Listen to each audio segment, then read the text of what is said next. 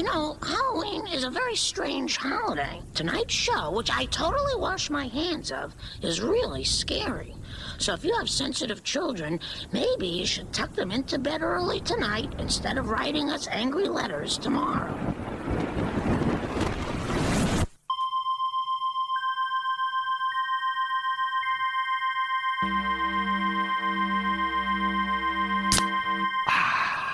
Lovely. Hello and welcome to episode 62 of the Parapod with your boys, Marco. Myself, Mark. That's me. I'm me, Big T. Big T, Big E.T. What's up? Phone home. Phoning What's home. cracking? Phoning home after our weekend away in Glasgow. Oh, how was your weekend in Glasgow? It was very nice. Good fun. See any sights? Literally nothing. No? Didn't see a thing. There's not much to see, is there? No, not really. Scotland, you know? Just had food. Yeah. Got Greg's. Greg's Yeah. is actually amazing. Like, it's actually what they hype it up to be. It's solid. Yeah. I got a sausage roll. It's so solid. like, it's so solid. When I was in Belfast, I walked in, I got like because they do all like the fucking, they have like, I don't know, like a deli or whatever. They do like the popcorn chicken. They have goujons just sitting there. Like, you can get them at like 11 a.m., you know? But they're good. They're actually good. They are good. But they're so cheap as well. They're like £1. It's a see. Because walking into Greg's, I was expecting, I was like, either this is gonna be mind blowing, or it's gonna be super solid and it's cheap. Because I didn't realize what the price of Greg's was. Sausage roll for £1, and it's a good sausage roll. You know, You can't go wrong. can't go wrong. Like, why aren't they here? You know, If they're in the north, I don't understand why they're not here. yeah, this country's crying out for Greg's. You know, or like. Get rid of these donut shops and fucking introduce Yeah, Greg's. there's too many of them. Yeah, fucking Dunkin', or we don't even have Dunkin' Donuts. Rolling and whatever. Yeah, rolling, all that bollocks. Like, who actually eats them? I don't know. I don't know anyone. I who don't know eats them. anyone. Not anymore, anyway. Yeah, and they have all the poke shops. You know them? Yeah, Hawaiian I haven't. food. I I never haven't tried had- them, but- I've never had any of that. But like, come on, I want to try bubble tea. bubble tea. Yeah, they have one of them in Parnell. Yeah. Yeah. I feel like that'd be nice. Bubble tea. That's kind of 2018 though. Yeah, no, but you know. we're kind of 2020 late that train. and 2021 didn't happen, so That's true. That's true. We still have time. We're still young. we're still young. Those last 2 years didn't count. We need a do-over. Yeah, no. But flying is fucking poxy wearing a mask. Yeah, fuck that. Like the Fuck that. flyover was only 45 minutes, 50 minutes, like not long at all. But Jesus, it's just Was it packed? man proper packed. But I think because there was a Leinster match on, Leinster against Glasgow, so there's a lot of supporters going over as well. fair, yeah. But you know, So it was like arm to arm. You're yeah, sitting beside some random person. yeah, some random fella, yeah. That's bizarre that they don't like have any kind of distancing on airplanes. Yeah, I guess because public they need transport is open, yeah, so I suppose, yeah. But like, I don't know if planes and stuff like that were allowed to be full capacity before public transport though. yeah, I've no idea. I don't know. Yeah, they have no idea. I've gotten I got a plane. I went abroad last year, like I think August last year. So like I had to wear a mask and stuff like that. But the plane was like Empty. there was maybe 10 people on the plane, and we had to like we had like our randomly allocated seats. Me and my brother just got put together, and then they're like, "Oh, so can you please move and like sit down at the emergency exits, because we have like everyone had to sit in an emergency exit because there wasn't enough people on the plane, you know, because Yeah. they just everyone had their seats reallocated and had got like loads of leg room and stuff. But you still have to wear your mask. It's just like it's like come Yeah. on. But like, that's, to be fair, that's the one place where like you're in a tube which has to be pressurized and there Mhm. can't be any airflow coming in. Yeah, It's like that's fairly reasonable. but at that point, masks aren't doing much, are they? Like, Yeah, I suppose. Yeah. like, Just all sit on top of each other. Just do whatever you want, you know. yeah, fuck it. Yeah. No, Planes. but the thing that I noticed, right? So we flew over and then got the ferry back, right? Flying over, no checking for COVID certs, no checking I've for heard that, yeah. anything like that, right? I've heard that. And then getting the ferry back. I never knew this. They don't even check your passport when you're getting on the ferry. No. Literally drove onto the ferry, no questions asked. Is that not a thing with Ireland and Britain though? That we don't get any passport checks with them. I don't know, because It's just a common travel area and stuff. I do know that when you're flying over, you don't need a passport. You can fly over to England with just like your driver's license and stuff like that, unless you're flying with Ryanair, because Ryanair demand passports Why? because they're gee bags. Yeah, they're just bad out. Like, Yeah, but yeah, I think that I don't know. That's handy though. That's handy. You know, I don't think the rest of Europe gets that. No, it's No. not too. It's quite handy. It's a little kickback from like 800 years of Here's a little subordination. Yeah, here's something to fucking even it out. yeah, just passport free Don't need- travel. Yeah, but we do need some form of ID. yeah, Let's get the yeah. ferry. Just get the ferry. Yeah. But I never knew, right? So where we got the ferry from in Scotland, you can see like Belfast from there. You see Belfast. You can see Belfast. Is Belfast on the coast? Yeah, Belfast is on the coast. Is Yeah, it? I yeah, didn't know that. yeah. It's because that's where we got the port. You can see Belfast. You That's can mad. see Belfast. You can see Northern Ireland from it. Yeah, that's crazy. You Yeah. can see Wales, can't you? Certain parts of Dublin. Yeah, you can. I think I'm pretty we sure have to you be on can. like a mountain. We don't have Yeah. any. If we had any mountains, we'd be like, oh, there's Wales, but Yeah. like, we don't have any really. We got No, the Sugarloaf and stuff. Yeah, just You on the know. sugar off. Like, oh, there it is. Yeah, Cardiff. yeah, yeah. No, because when we got onto the ferry, and we walked out, and I just looked, and I was like, oh, there she is. The old motherland, Yeah. the motherland. That's class. Yeah. Yeah, sublime almost. Almost, because it's not that far. Because when we were on the ferry, I was like, if this is frozen over, you could 100% walk that. That's what they used to do. Yeah, Yeah. back in the day, way back in the day. Yeah. But it just goes to show we're not that different after all. You know, No. we're all the same. We're all really. the same. We're all on these islands. We're all the same. Everyone beyond those islands, though, stay away. Stay away. No. I was surely that like France and England though, when there was ice, you could walk. You could easily walk. Sure, you can swim that still. So Yeah, Doggerland, man. yeah, Doggerland used to be huge. Yeah. Used to be a big thing. That was the land bridge. And we still had a land bridge back then as well with Britain.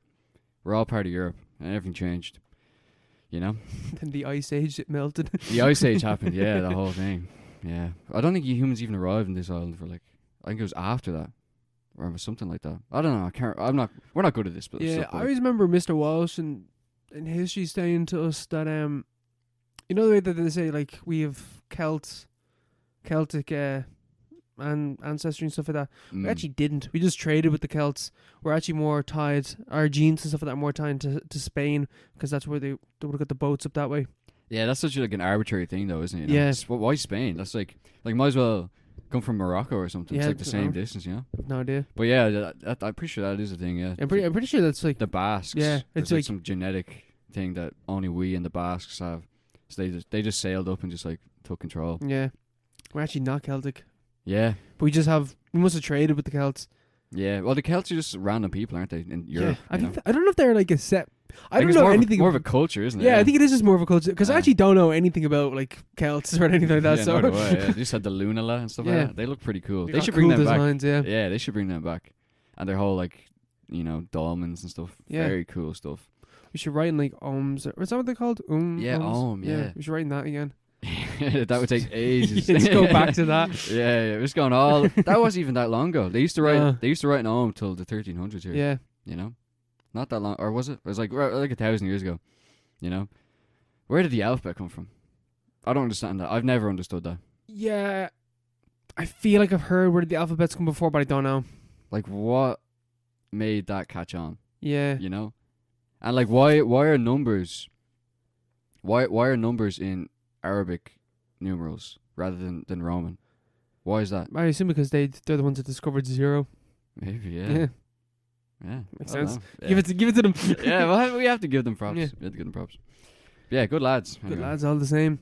But I watched a few. I still got in a few movies in my travels. Few flicks Few flicks over across the way. in Glaswegian land. Glasgow. I watched The Skin I Live In.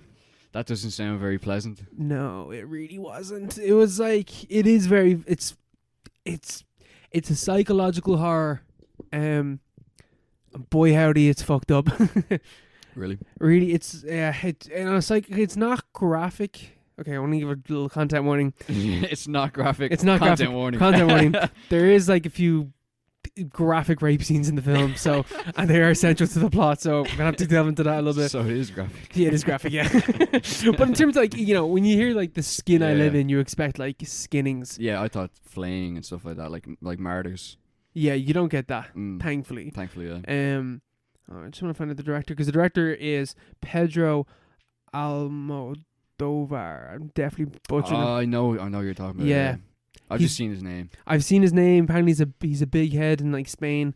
This is my first film that I've seen by him. So when people called, because I'm looking on Letterboxd after I finished it, a lot of people are saying that it's really like misogynistic, and I was like, I don't really see it that like I don't really see it being misogynistic because the horror.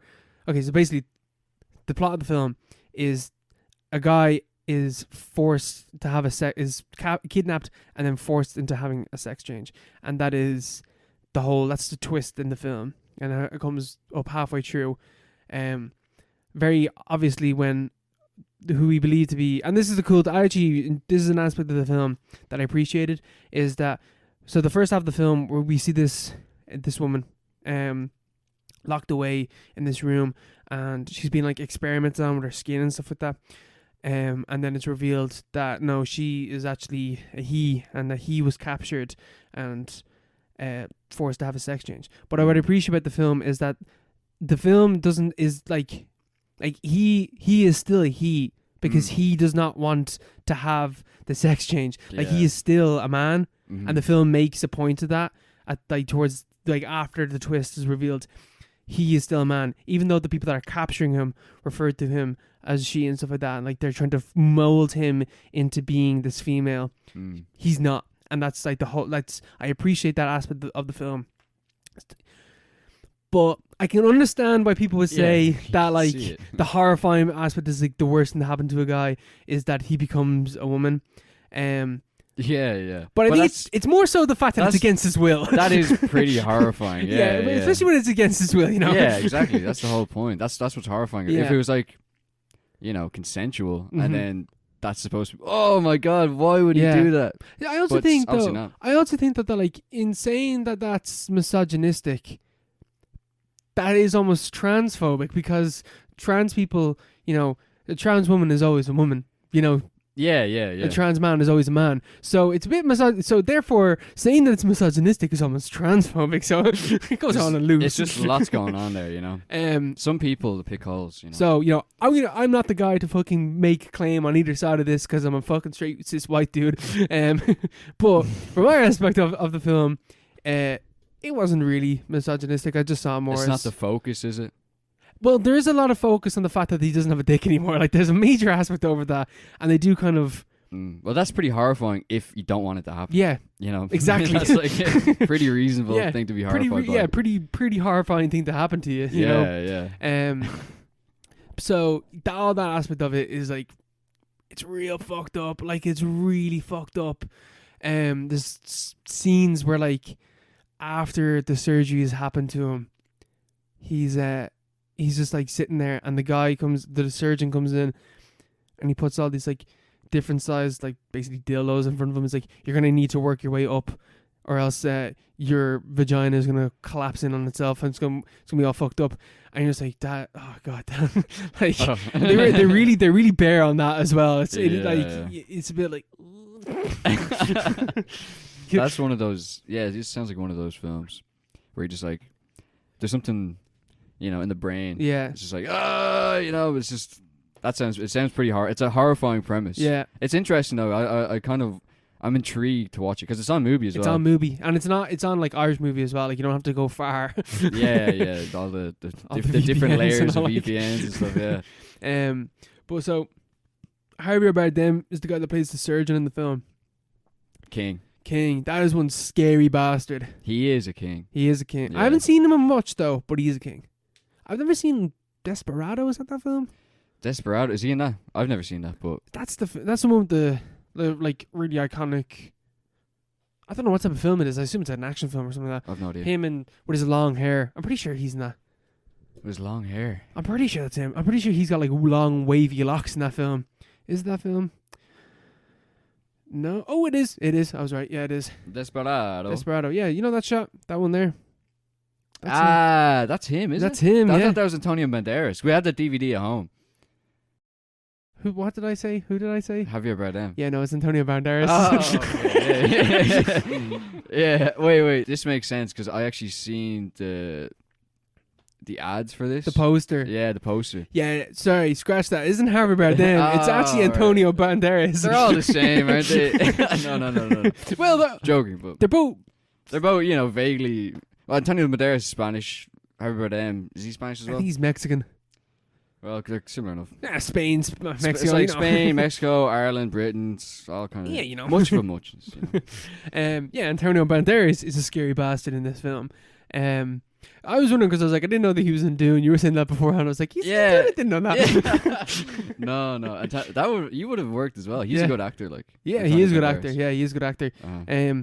I haven't seen him in much though. Although he is Puss in Puss in Boots, or in Shrek and Puss in Boots. Yeah. So he's got that voice. Yeah, what else is he in? Yeah, he's got that silky Spanish voice. He's in Interview with a Vampire, Spy Kids. Oh, yeah. You can't... Man, Spy Kids, low-key, extremely disturbing as well. Those thumb people. When he gets turned into a thumb, that's one of the most horrifying things you'll ever see. Fucked up body horror. Oh, yeah, that literally... Just insane stuff. Yeah, the big thumb. They're all thumbs as well. Their hands and their feet are all thumbs as well. Yeah. Fuck that. What the fuck is Spy Kids? I don't think I've ever seen it in full, so I don't know what the full plot is.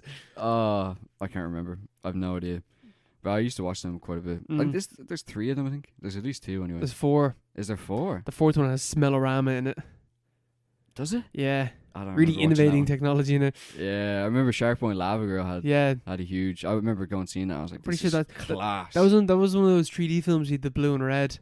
Yeah. You got Spy Kids 3 was the little paper glasses. Yeah. But the best 3D I've ever seen was Shark Boy and Lava Girl because they had the screen they had like the sheet of paper for the fucking the screen, but the projector only projected the image like. For a certain portion of the screen, so like things would flow off, like little bubbles would float off. But like it'd still be on the screen. It'd still be like, but like it'd be like in the black. So you're like, this is actually coming out of the screen. I remember I was like, this is amazing. That's mind blowing technology. Yeah, mind blowing technology. It doesn't work now because no one has screened Shark Boy and Lava Girl in 3D in about 20 years. So it just doesn't came hold out up. like yeah. I'm pretty sure I saw fucking Shark Boy and Lava Girl. Is that or Spy Kids 3D? At home with those blue and red glasses. Oh, yeah. Why was that a thing? Like, why did you have to? Because those glasses just made the film look like shit. Yeah, but the gimmick. I remember Channel 4 once had a night where you could make, I don't know, or you could like get glasses and they're blue and yellow. I remember you get them delivered to your gaff, and if you put them on, you could watch the TV and the Channel 4 would be in 3D. Mad. Based back in like early 2010s. You know what I always think about sometimes? I always think about the fact that 3D TVs were a thing. Yeah. And then they just weren't. Yeah, man, the Goose still has a poster up for Sky Sports 3D football. No one ever asked for 3D football, but for some reason Sky put millions into like putting 3D TVs into like thousands of pubs and like different places like around, like Ireland and the UK. But like it lasted about a season, and then everyone just was like, "Why would we watch that? Yeah, why? Like, who cares?" Yeah, 3D. Yeah, it's such a weird gimmick. Especially the TVs. Who wants to watch a TV when every time you sit down you have to wear glasses? Yeah, well, that's our life, isn't it? Yeah, well, that is our life, but the spectacled life. Yeah. But like, yeah, it doesn't make any sense. Well, that means I have to wear glasses on top of glasses then. Yeah, true. Yeah. But plus, you don't want to watch like The Simpsons in 3D, so like it's an event. You sit down, and you wouldn't want it all the time. No, but it was a thing. It was a thing. I kind of wanted one, but I did as well. But I'm pretty sure like you don't even want to watch it for like Avatar or something like that. Yeah, Avatar. Yeah. That is like the pinnacle of 3D experience. Well, it's coming back now next year, so we'll see what crazy things James Cameron has in store. I wonder. I'm wondering. But it's gonna live in anyway. Yeah. Yeah, like there's 2 very graphic rape scenes in it. One of them is to advance the plot. One of them is kind of a karma thing, which don't really know about that. That's a bit like revenge. Like so. Well, yeah. The guy, the reason why has this forced sex change on him is because he's at a party and he's kind of out of it. And he ends up raping a girl. And beforehand, I was like, why is she acting so weirdly? And then it's revealed afterwards that she has like severe anxiety. And she had just been let out from the hospital. Fuck. And then she goes to a party and this happens to her. And then that makes it fucking 10 times worse. And she goes on to kill herself by suicide. So, yeah, not a good buzz. And it's bad vibes. Then when he has the sex change happened to him, he's then raped, And I feel like the reason for that is to be a karma thing, which ain't great. I don't like rape being used in a film like that. I don't like rape being in the film at all, but if you're going to have it in, I don't want it to be a karma thing. I don't know, it's just weird. Well, he sounds like a pretty bad guy, to be fair. Yeah, and that's the thing as well. Like, there's no good characters in this film. Like, I saw people on Letterboxd being like, "Why would you make the hero a rapist?" It's like, why are you calling the main character a hero? Yeah, how's he the hero? He's just the victim. Like, the victim in the grander. I don't know. He's a victim to this forced sex change. He isn't. He isn't He's a still good a rapist. He's still a rapist. Like, he's not a good guy. No one in the film. There's literally no good characters in the film. What about the doctor? Well, he's after forcing. Oh, he's yeah, after so- torturing and then Oh, yeah. forcing someone to have I don't know sex why I change. said that. That's just Antonio Banderas, Yeah. man. You get lost in his eyes. It's just like, This oh, guy I cl- agree, man. He's clearly all right, you know. So yeah, and there's like, it's one of those films that there's no moral tale. Like, it's just, here's a really fucked up thing that this film is about, and if you kind of read into it, maybe it's a bit fucking misogynistic and a bit trans. I don't know if it probably is a bit transphobic. I'm just kind of reading into it that way. And it's also bad in its use of rape, but you know, not a buzz. But it's beautifully shot. Man, it sounds kind of good though. It is if good. you don't focus on all those controversial If parts. you just take it on surface enough level, it's good. Horror, Good horror. is Just it? watch it as a horror film. Don't think. But see, the thing is as well. It's not a horror film. It is a horror film, but like Alright. the thing is about Alan Dover, however the fucking pronounce his name, is that he has other films. Apparently, he has a trilogy which is unofficially called the Trans Trilogy. Apparently, his treatment of trans people in the other films ain't fucking great. So I haven't seen those other films, so I don't know the context of, like, I don't know what happens in those films. So maybe if you went through his catalog and then if I came back to this, I'd be like, yeah, no, this ain't great. It's just from my first toe into the deep end. It didn't seem that bad, but maybe it is. I just not able to don't know his oeuvre, and I don't really have the capabilities of reading into it that way. Yeah. So, you know, I will find out. take this recommendation with a major pinch of salt. A big bucket of salt. Yeah. Well, it'd be. It sounds intriguing to me. And it's short enough, isn't it? It's 2 hours. 2 hours. That's like, you know. The first half hour is a bit slow though. Really? Yeah. Like when it's building up and it's all this like, what the fuck is going on? Because there's all this stuff, like the first like quarter of the film is basically about this, like the doctor creating like a super skin that doesn't get burned and won't get like emits this like pheromone that like mosquitoes won't bite, so people can't get malaria from it. And you're like, oh, so that's what the plot is about. But then that's dropped after like the first half an hour and is never brought up again because it goes back in time and then jumps forward to like the present moment, and then the last act like moves on. So What does that first part have to do with anything? I think it's the deal with the doctor. His wife died in a car crash, and that's what he's also doing to this guy, is that he's molding him into the image of his wife, and then he starts to fall in love with him. So it's all this stuff about like lust and possessing. There's this whole thing in the film definitely about like women not really having any autonomy because this man is literally molding someone into his idea of a perfect woman. Yeah. So probably in that way it is a bit misogynistic, but it's also like the film isn't like the bad guy is doing that. Like it's not condoning it. It's not. It's like it's saying like this is fucked up. Yeah, it's a horror film. Yeah, it's a horror film. It's not like a coming of age drama. You know. So the repellent skin is because the anti-burn skin is because his wife was burnt to death in a car crash. But like now that I think about it now, man, that's just gonna end up cooking someone from the inside out. Like What, the skin? yeah, because the skin might not burn, but everything else is gonna be fucking boiling hot underneath it. Yeah. Ah, sure. You know, he'll figure it out. He'll figure it out He's eventually. smart enough, Antonio. He's made this fucking unreal skin that doesn't burn. Yeah, So he's come this far. You know, he'll figure it out. but yeah, it's all, and you know, it's all that third, like the first half hour is like, what the fuck is going on? Oh, this woman's being experimented on. That's what's going on. And then it goes down the rabbit hole of like, no, this is what is actually going on. Is that he's like tortured this person. It's fucked up. Some good psychological horror.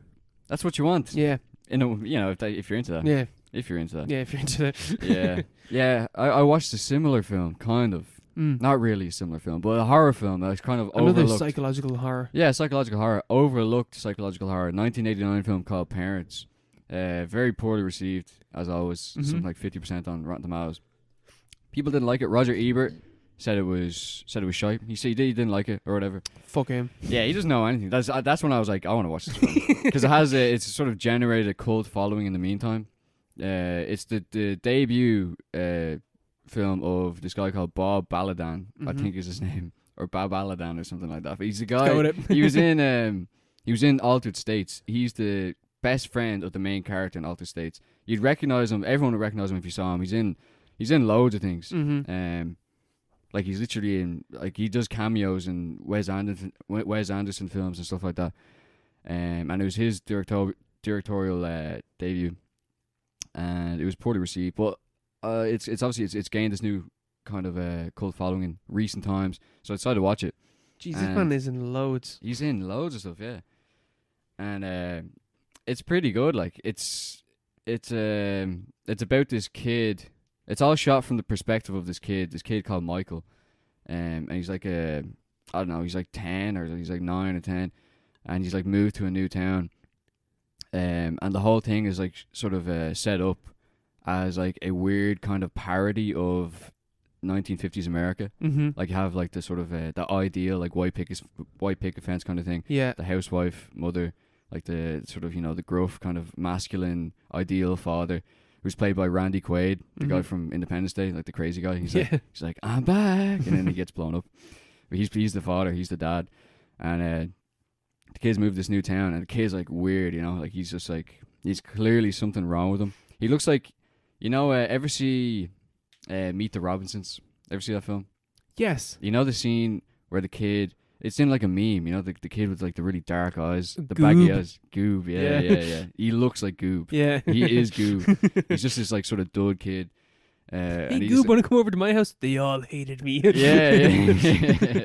He's just Goob, but like he's not as he's obviously likable, and he's more chipper and stuff like that, and he struggles to make friends in school. But he's like there's still a small kid as well. And he makes friends with this really tall girl in school, and have these really bizarre conversations, these really like bizarre exchanges where she says like she's from the moon, and like it's nothing to do with the plot, but just it's like the whole thing is kind of has this vibe of just being really kind of, I don't know, it's like fabulous. It's like kind of like you're not sure what's real and what's not. Yeah, because it's so like what you're presented with is so influenced by the fact that it's all from the perspective of this child who is clearly in like a weird situation with his parents, but you're not sure what exactly his parents, like what's weird about it, because it's established about like half an hour. The film's only an hour and 20 minutes, which is like, that's why I was like, sign me up, get me into that.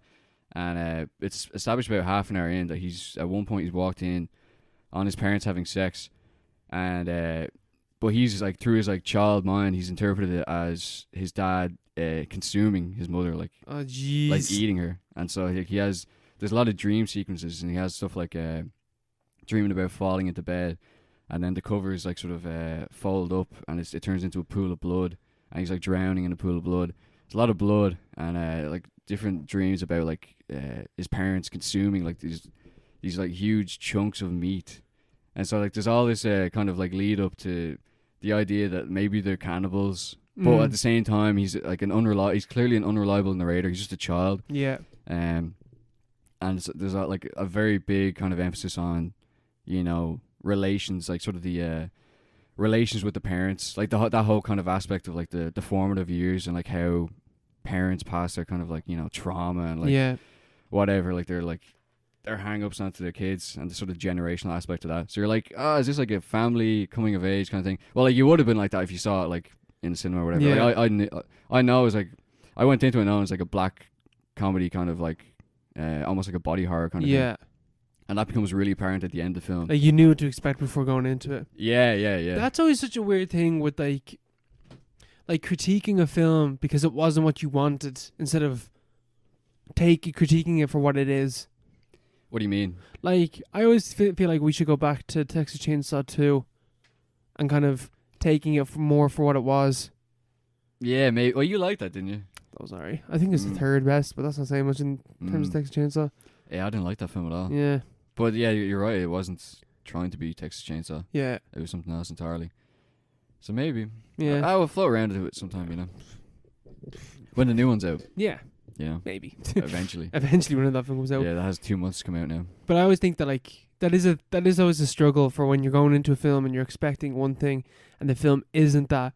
Like, is it okay for you to then reject the film for not being what you wanted it to be? I don't think so, no. No. You know, I have to reflect on yourself. Yeah. Like why was I was duped, you know? Yeah. It's like someone you get pranked, you're like you get mad at the person. Yeah. and It's like, why the fuck did you prank me? yeah, you fell for it, like Yeah. you know. You have to blame yourself. I don't know, but like I don't think that's the reason why it was like poorly received, because it kind of straddles like 4 or 5 different genres. There's like a horror and it's a comedy and it's like a family drama. It's like a thriller at some points and stuff like that. Yeah. But it never commits to any of them. Like it's not that funny. Yeah. Like it's kind of funny, but it's in a funny kind of like a slapstick kind of way. Like it's kind of it's like cartoonish, but it's not, you know, it's not laugh out loud funny. And the horror, it's pretty horrifying, but it's like sort of alleviated by the fact that it's kind of like half it is tongue in cheek. Mm-hmm. It doesn't really commit to the horror aspects till the very end. Yeah. It does pay off really well at the end, I think. It's kind of like a Twilight Zone episode or something, you know? Very well done. Very, very simple premise. And like something that like would I don't know, it wouldn't make you think, but would be like, oh, that was really good, you know? And that's like it is an interesting way to sort of present generational, I don't know, family dynamics. Yeah. In like a horror kind of way. Yeah, yeah. Because it ends up that the kid isn't, that the dreams are actually real, and that the parents actually are cannibals, Yeah. and that they have corpses in the basement, and that they consume meat for some reason. And there's something in there about the dad being he manufactures Agent Orange for the military. So I don't know, something about the perfect bourgeois dad, bringing home putting food on the table, Bring home the bacon. yeah, bringing home the bacon, but the bacon is human flesh that he's earned by bombing third world nations on the other side of the world and stuff like that. Yeah. And when the kid has the kid is a vegetarian all through the film, so like he has some kind of moral objection to it, and the running kind of, it's almost like a gag through the film, is the dad trying to get the kid to eat his meat. Yeah. And if he doesn't eat his meat, he gets sent to bed, and then he has his nightmares. So there's something in there about like I don't know, They're clashing of generations. It definitely sounds like there is something there. Yeah, absolutely. I wasn't like or like taking notes about that, but there's definitely something about that. Mm-hmm. It's just really, really well done. Very I think you'd really like it. Very It solid sounds like film. it sounds like a film I'd enjoy. I actually have heard of when you were saying if you heard of the film Parents before we started. It's like no, but now I'm looking at the letterbox like, oh, I recognize that image. Like I've seen like that parent, like the mom and dad before, like as a couple in something. I don't know where I've seen it before. I actually do know of the film. Yeah, it's a good one. It's a good one. That's interesting though. It sounds. It's pretty creepy. Yeah. It's When pretty was creepy. it? 1980. 89, yeah. Yeah. 89. Very, very much forgotten. Those late 80s horror films where they're kind of like body horror and they got all fucking weird with it. Like I watched Society probably about a month ago or something now. But I didn't talk about it on the podcast, but it's a similar thing. Society, what's that? It's a body horror film where the social elite aren't human, they're some other species, and they like absorb people. And they have these weird, it's actually kind of, I think you'd enjoy it as well. They actually have like orgies, like these fucked up orgies like they did in real life. Yeah. Where they consume like the lessers and the lower class and stuff like that. Oh, fuck. But they all like mold into like this one big amorphous blob. And it's like black comedy as well. What's the year? 88 or 89. 88. That sounds pretty cool, yeah. Yeah. I'm gonna look that up. I'm not See, sure. that's the thing. They kind of sound like it's not Twilight Zone actually. They sound like they're Goosebumps episodes. 89. 89. Yeah. Yeah. Something about 89. Yeah. But like it's a Goosebumps episode. There's an episode of Goosebumps where the parents are, vampires, Yeah. and they feast on humans, but it's not, you don't realize that till it's like the twist at the end of the episode, and you're like, ah. Yeah. And there's one with like where the popular kids at school are lizards and stuff like that, and you don't realize that they actually are lizards till the end. Yeah. It's just, but I love that kind of stuff. I Cozy. do. Cozy. Like peak cozy, like perfect genre fare for horror and like science fiction kind of stuff. I do always enjoy that kind of horror where it's like there's something wrong with the adults or something like that. Yeah. I always enjoyed it. That was my favorite bits in, like, It was my favorite parts where it's like the grown-ups, they're aware of what's going on, but they're not doing anything about it. Yeah. And it's like infecting them as well. It's like that parental trauma thing. It's always interesting. Yeah, it's always good. Like, yeah. it's always good fun. It's always like, it's safe horror. Yeah. It's not something where you're like, oh. Because the kid is never actually going to get fucked up unless it's It. But like the kids never actually do get fucked up. Yeah, exactly. And it's not like, no one's getting, their skin peeled off or like getting chopped up, and there's no like, it's not going to stick with you. Like maybe it'll stick with you, but like in like kind of like a surface, like at the top of the head, and you're like, that was a good one, Yeah. And you go to bed and you have like, you have a nice sound sleep. But that, for me anyway, that's my perfect kind of movie. Yeah. Perfect, like easy, nice, little bite-sized horror. Yeah, easy horror. Easy horror. That's you can't say no on a Halloween buzz. Yeah. I actually forgot that this is our Halloween episode. This is our Halloween episode. Yeah, because it's coming out November 1st. Well, anyway. Sure, look. Tough shit. It's yeah. It'll be alright. It'll be fine. Be grand. It'll be alright, man. It'll be grand. But you also saw a new movie, didn't you? I was in the cinema. I returned to the cinema again this week. I returned to the cinema on Monday. 2 weeks in a row seeing new movies, Mark. 2 weeks in a row. What are you up to, bro? It was pretty insane because I went to go see Dune. I saw it in IMAX. The only way to watch the only way to watch it, yeah. But it's actually very hard to see films in IMAX in Ireland, or in Dublin anyway, or in our immediate vicinity. There's cinemas out there. I think Carlo. Does Odeon IMC. not do IMAX? In Blanche it does, yeah. In Blanche, not the one that's down at the Point. No, mad. I don't think so. Anyway, it didn't show up online. I was looking. It's only Cineworld, and there's the one in Blanche, and then there's one in Carlo. There we are shitting on fucking Cineworld last week, but it's pretty good. yeah. Oh no, yeah. The IMAX is like, the screen is so big. Yeah, it's amazing. But that's exactly it's the only way to see Dune, because that's how it was shot. It was shot to be seen on IMAX. Yeah. But not in like a Christopher Nolan kind of way. It's like, I want people to go see the real experience, and it's just Batman like punching people and stuff like that. Yeah. It's like there's no landscape shots or anything like that in there's in no Nolan films. There's no particular reason why Nolan would need like that much, because all the films are shot in like cities and stuff, like it's all on close corridors and stuff like that. Yeah, like, it's all like short shots and like medium shots and stuff like that. I never even thought about the fact that Christopher Nolan does that. Like all of his films are like they're big budgets, whatever. But there's never any like mind blowing, except for like Inception, where like the city folds in on itself. Yeah. But most of the time, there's nothing grand about his films. It's just shot, as any other film. Well, really. Interstellar, but anyway, besides that one. Interstellar, I'd say it would have been amazing. I didn't see that in IMAX though. But but Dune is, the whole of Dune is like the characters are pretty much like incidental, which is the best part about the film. Yeah, like, the characters don't there's not even that much of a plot, which is insane for like. Yeah. I'm not going to spoil it because most people haven't seen it because it only came out last week. Most people have no idea what the plot of Dune is. Yeah, but the thing is, it doesn't really matter. To be honest, I have no idea what the plot of Dune is either. Yeah, it's pretty simple, like, but there's just like all these little details that bog it down, but you don't. It doesn't matter that much. Like this, it's just a hero's journey. Yeah, which is very, very simple, like ABC kind of thing. It's what inspired Star Wars, so like everyone knows the Star Wars story. But the whole thing, what sets it apart is the scale. The scale of the film is absolutely insane. Like the shots, like Denis Villeneuve, like he's a meme. The guy's a pure meme, but he's a meme for a reason, because the meme is correct. The meme is true. The myths are true, because it's the best film I've seen in cinema in a long, long time. It's like the perfect cinema film as well. It's like the perfect thing to go see as an event. Event cinema. Event cinema, yeah. It's we haven't had that in a very long in time. a long time. Like something like Endgame would stand out.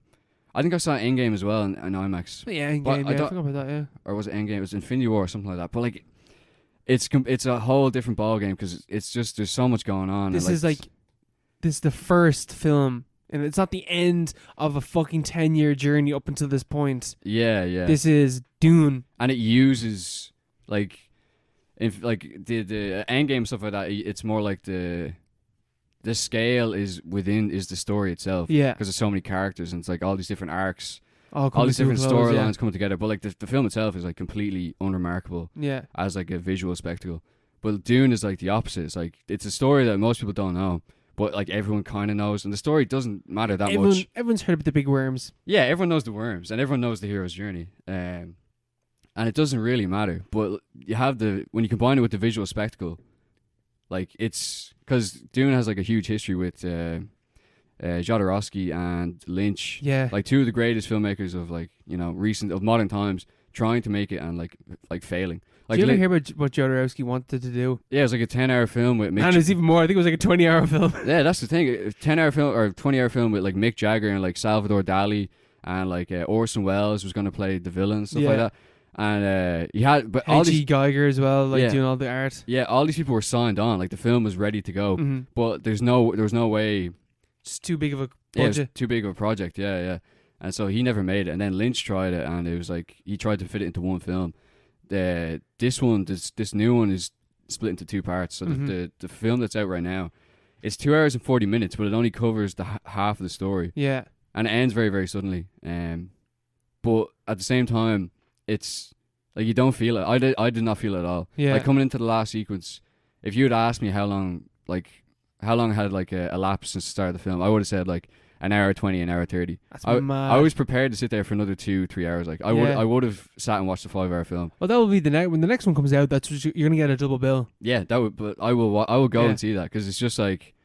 Remember when Avatar came out and people were like fucking they had like a depression and stuff after Yeah. coming out of it. That's the kind of thing I don't know about. I didn't see Avatar in IMAX, but like Dune is the kind of thing where you're like consumed by like The scale of the it. scale of it. Yeah, it's insane the way everything is shot. It's so beautiful, and there's like the sound. I don't know. It's IMAX again, but the sound, like you feel everything. Yeah, because you were worried before from the first trailer about the color palette of the film. Yeah, it is pretty bleak, but I think that's kind of part of the scale because it's Yeah. kind of like it's like a planetary level kind of thing. Mm-hmm. Like if they're all in like bright colors and stuff, that's fine.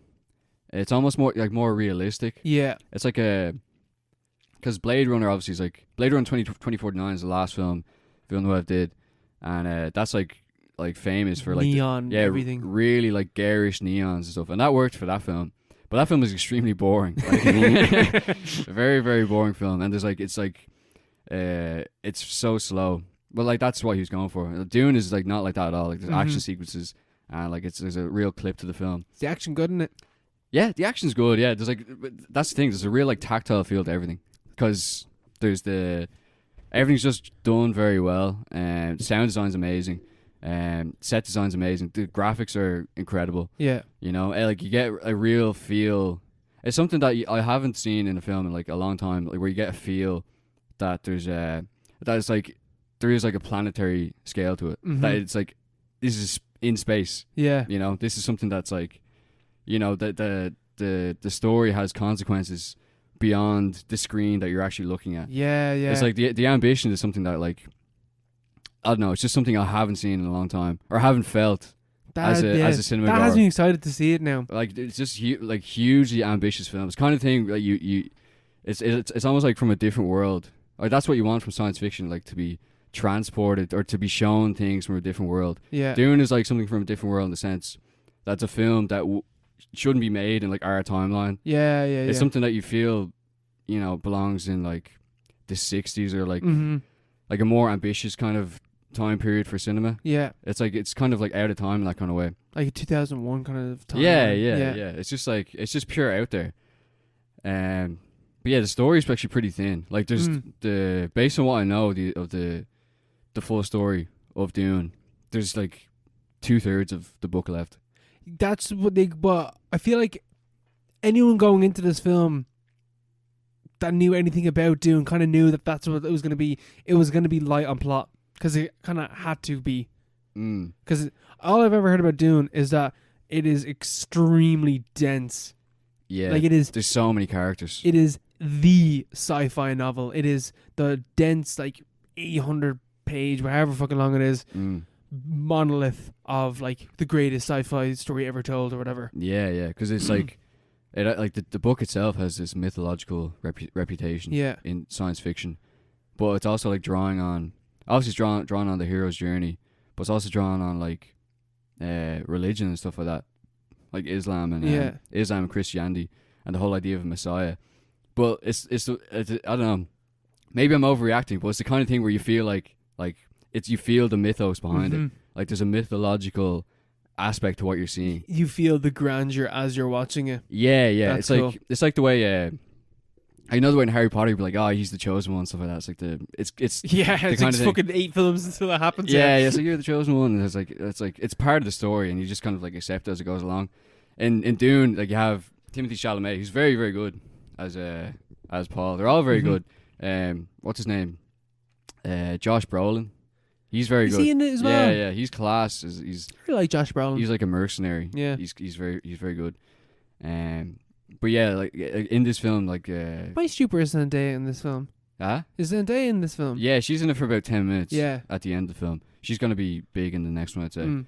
But Timothée Chalamet is Paul in this, and like what a space name, Paul. Yeah. Everyone's called like fucking Harkonnen and like Gurney and like Leto, and then it's just Paul. Paul is the Messiah. Just Paul, the white guy. He's just a white guy on this Muslim planet. And there's like he's the Messiah, and it's established, like it's kind of like implied straight away, but it's the build up. It's like kind of teasing it, and it's like building it up in a way that like everyone's like, oh shit. It's kind of in the fact that he has to prove himself that he could do this. He has to prove himself to the the natives and like this weird like order of magical nuns and stuff like that. It's like there's just a real gravity to it for some reason.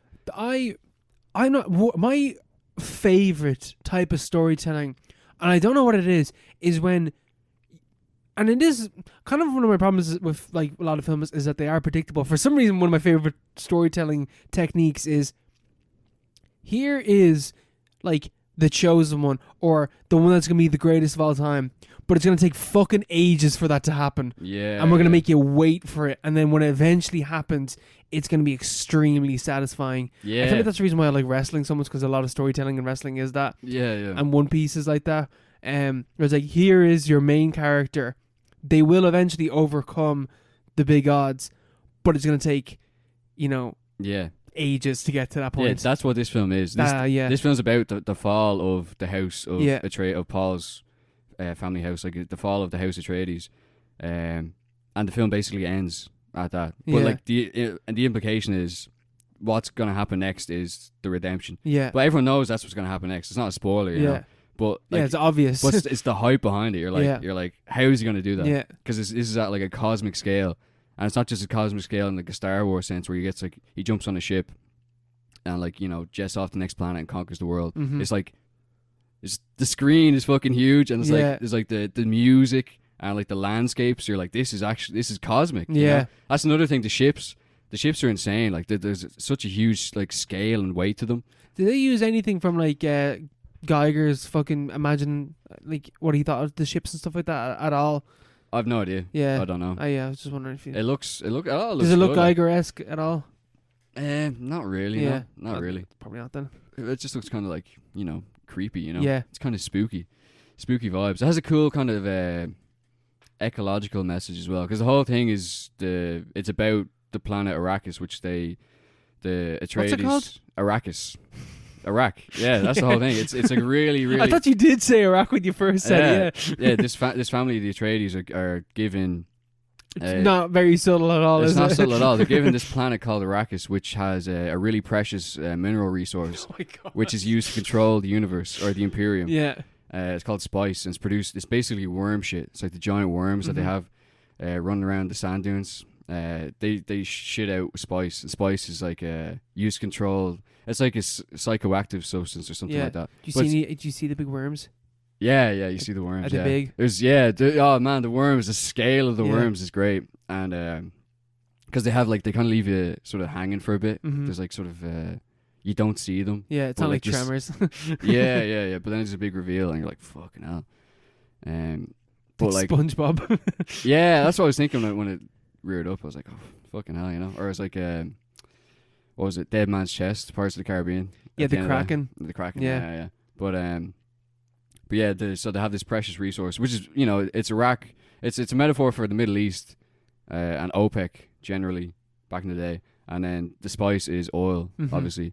And the emperor is America, pretty much. And Paul is this like unforeseen messiah who will bring balance to the force and somehow, you know, combine the native kind of, spirit with the, the fucking technological superiority of the empire. Something like, kind of like a Napoleon in space, but he's also Muslim, you know? That kind of thing. So, it's and there's like a huge ecological message, because it's like, it is a desert, but at the same time you have like, there's like so much life in the desert. You have the worms, and there's like there's a little like mouse that runs around at one point. There's like a completely pointless scene, which is just there to show that there's like huge like life underneath the dunes and the sands. It's not just like this desert, which has like, you know, the analog for that in real life is that, like, you know, the Middle East isn't just, you know, oil and sand. There's like people live there. People live there, and there's like, it's a huge kind of ecosystem. It's, you know, it's not just something to be toyed with or whatever. But it's like, it's gonna be, the second one's gonna be great. I'm hyped for the second one anyway. I think it's very good. You should go see it. They've confirmed as well that it is gonna be made. Thank God, yeah. It'll be a while. It'll be a while coming though. Yeah. 2-3 years, I'd say. Yeah, but it's not like one of those things like, first film didn't do that good, we're not gonna make a second one. Like, they've already announced, the second one is in pre-production now. Well, the first one has done pretty well in terms of like, the box office. Films seemingly are doing well again. Like Halloween Kills did really well in the box office. Yeah, that didn't even deserve it. Yeah, which is mad. Yeah. I don't understand how Halloween Kills. Well, obviously, loads of people must have seen the first one. Yeah. That's done. Is that doing better than the first one? I saw it was doing pretty well. As far as I know, I think Halloween 2018 is the highest grossing slasher of all time. I think it is. I think it did better because I'm pretty sure Scream was it, and then Rob Zombie remake, the first one was, and now Halloween 2018 is, I think. Yeah, but what about Halloween Kills? No, I assume, I think we probably would have heard if it's broke records. I don't think it has. Yeah, I don't think it has. But Dune is the messiah in that sense, you know. Yeah, it's the chosen one to save cinema. Yeah, it was the perfect film to have after restrictions. After all this has happened, you know. I don't know if it's just the fact that I haven't been to cinema obviously regularly in years. Yeah, but there's like proper hype. It's one of those things where I came out of the cinema, I was like, that was I was like hyped for like hours afterwards. Which, it's mad how many films came out as well this week. Like French Dispatch is out as well. Yeah. The Wes Anderson one. I haven't really heard that much about that film though. Yeah, neither have I. I probably won't see that, to be fair. That's a film to just watch at home. Yeah, I'll watch that when it comes out. Just a cozy Wes Anderson film. Yeah, be on Netflix or something. Yeah, or Disney probably. Disney Plus seems to have all of his films. Boss Baby 2 is out as well. Dune, step aside. That came out of nowhere. Man, I thought Boss Baby 2 was already out. Really? I thought that film came out like after the year after Boss Baby. I thought the two of them were out at the same time. Yeah. Man, well, I just keep getting trailers for it like in the last week. Like there's no build up at all. I keep getting surveys on Facebook asking, would you, like, you know, the thing like, could you take some time out to help us or whatever? And the question is always, have you seen any trailers for Boss Baby in the last 2 weeks? What the fuck? You know? That makes no sense. So that's obviously part of their production budget, to just bomb people with ads. Yeah. I don't know why they're targeting me. I don't know if I'm in the Boss Baby 2 demographic, but you must be doing the right things. Yeah, they've seen Parapod, like, you know what? Boss Baby 2. Boss Baby 2. That seems like the film that these guys would like. Yeah. That's our next field trip. Yeah. We're going to go see Boss Baby 2 in IMAX. 3D. Yeah. Like 5D, the seats and everything. everything. Yeah, 4D, 3DX. Smell-O-Rama, when the baby farts, you can smell it. Yeah, oh man, the experience is insane. Can't fucking wait. Well, we go for a break. Ah, yeah.